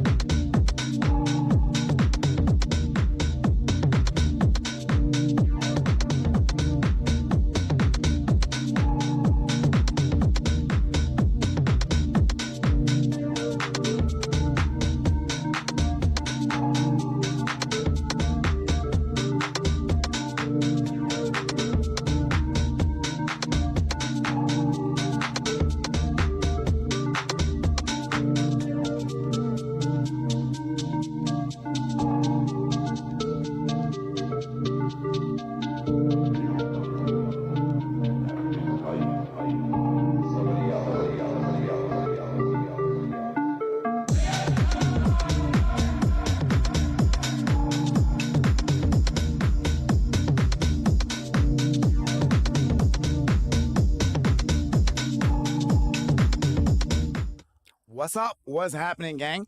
We are here for some Dota 2 action between the side of Na'Vi and Na'Vi Junior. It is the yellow brand matchup. Na'Vi, the team that brought me into Dota 2 in the first place. Let's put it this way. If not for Na'Vi, right? If not for what happened at TI3 with Dendi and the whole crew, I would not be here today. I guarantee it. So I have a lot of love for Na'Vi, and now they have to take on their younger brother team and see whether or not the little bro has been leveling up enough to hang with the big boys. Let's find out how it goes. This is the upper bracket finals. So whoever wins here, they get to be the first team in the grand finals, have a much easier road for qualification tomorrow to PGL Wallachia Season 4. So let's get into it. Na'Vi playing on the Radiant side. They have first pick. They banned Abaddon. They banned Nyx. They took out the PA as well. Open things up with a bristleback for themselves. All right, I'm fine with this. It could be carry, it could be in the off lane. 10 seconds remaining. I'm unhappy that we've seen teams stop experimenting with the position 5 bristleback, but what can you do? For Na'Vi Junior, they banned out Alchemist, banned out Phoenix, banned out the Monkey and the Magnus, and they will go for the Shadow Demon, one of the better heroes against Bristle. You either remove him from the matchup, just with the disruption, or you find yourself in a situation where you hit him with the Demonic Purge. If they, since they have Shadow Demon, I would not be very upset about seeing a Lina come out for Na'Vi Junior. Well, I'm generally never upset seeing Lina, but I think that could be something very useful for them. Radiant team back. Magnus gets removed now, or was removed rather. Morphling gets removed, added to the list. For Na'Vi Junior, I'm thinking some Gyrocopter would be quite nice.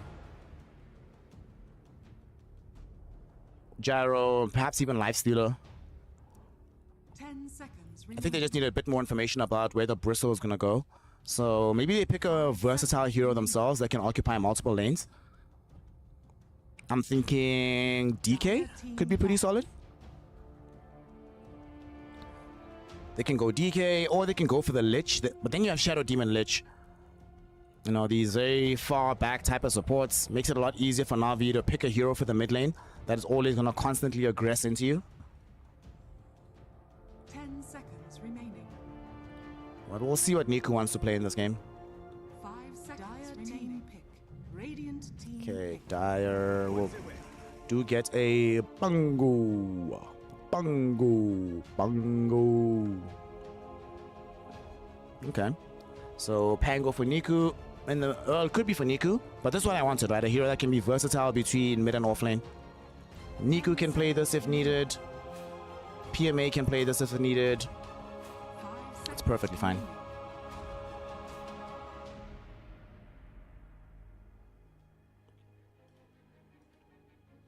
So for Na'Vi, what do we get now? Do we protect the Bristleback by just picking up the Lich just in case? Do we go some Clockwork? I like Clockwork. I think Clock is the way forward here. Both into the Shadow Demon and the Pangolier, you can get some major value out of the Clock.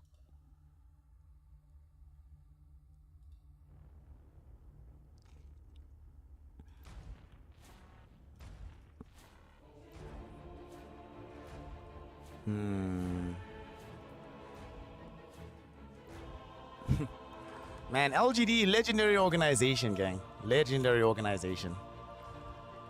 Radiant team pick. I got this flag from Jack. Legendary manager Jack Chen, KBBQ. He gave this to me in Seattle at that TI. What a legend, what a guy. Jack is a real homie. Jack is the best. Na'Vi will come back for the Kaori Enchantress, one of his specialty heroes. We'll have some good laning prowess, Remaining. some damage, some pushing potential, some heals. It's always useful to have Bristleback have some low commitment heals nearby him. And so far, Na'Vi Junior don't have the best way to quickly kill a Pangolier. Bounty. I'll be honest, from what I've been seeing, I'm actually not that much of a fan of the Bounty relative to, say, Nyx Assassin and Ricky. I just feel like those two heroes give you so much more. Bounty is like, side. Does also mean that now both of your supports don't have any stuns. 5 seconds. Like what? You're starting fights with a Shuriken toss? seems to display that Na'Vi not going to concern themselves with the later team fights. They're going to want to roll the lanes, and they start overwhelming Na'Vi Jr. at the earliest opportunity. So we'll see if they pick like Monkey, Puck for the mid lane. I think Puck is the way to go for the mid lane for them right now. And Na'Vi Jr. do come back for the DK. So we still have that flex, right? Pango can go mid and off lane. DK can go mid, can go safe lane, can go off lane as well. But I like this a lot from Na'Vi Jr. This Warlock actually seems pretty crazy here. Like, look at how Na'Vi Jr. Normally they want to stay alive for a long duration in the fight, right? Enchantress is on the one side, Bristleback there, so hard to kill, but with Fatal Bonds, eventually this DK getting massive amounts of physical damage. These heroes will not feel so tanky. And if you have Fatal Bonds, you're not as concerned about the untouchable. You can hit somebody else and Enchantress still dies. However, this is a good Doom game. Or rather, he has good Doom targets. I think that's the more appropriate way to put it. But even if the targets get doomed, how do they kill them? You still don't really have any catch from Na'Vi, right? So we just look at you and walk away. I think if I'm Na'Vi Jr., I ban Puck at the end of the draft and I pick up like some Centaur or whatever. Just heroes that give the whole team some easy disengage.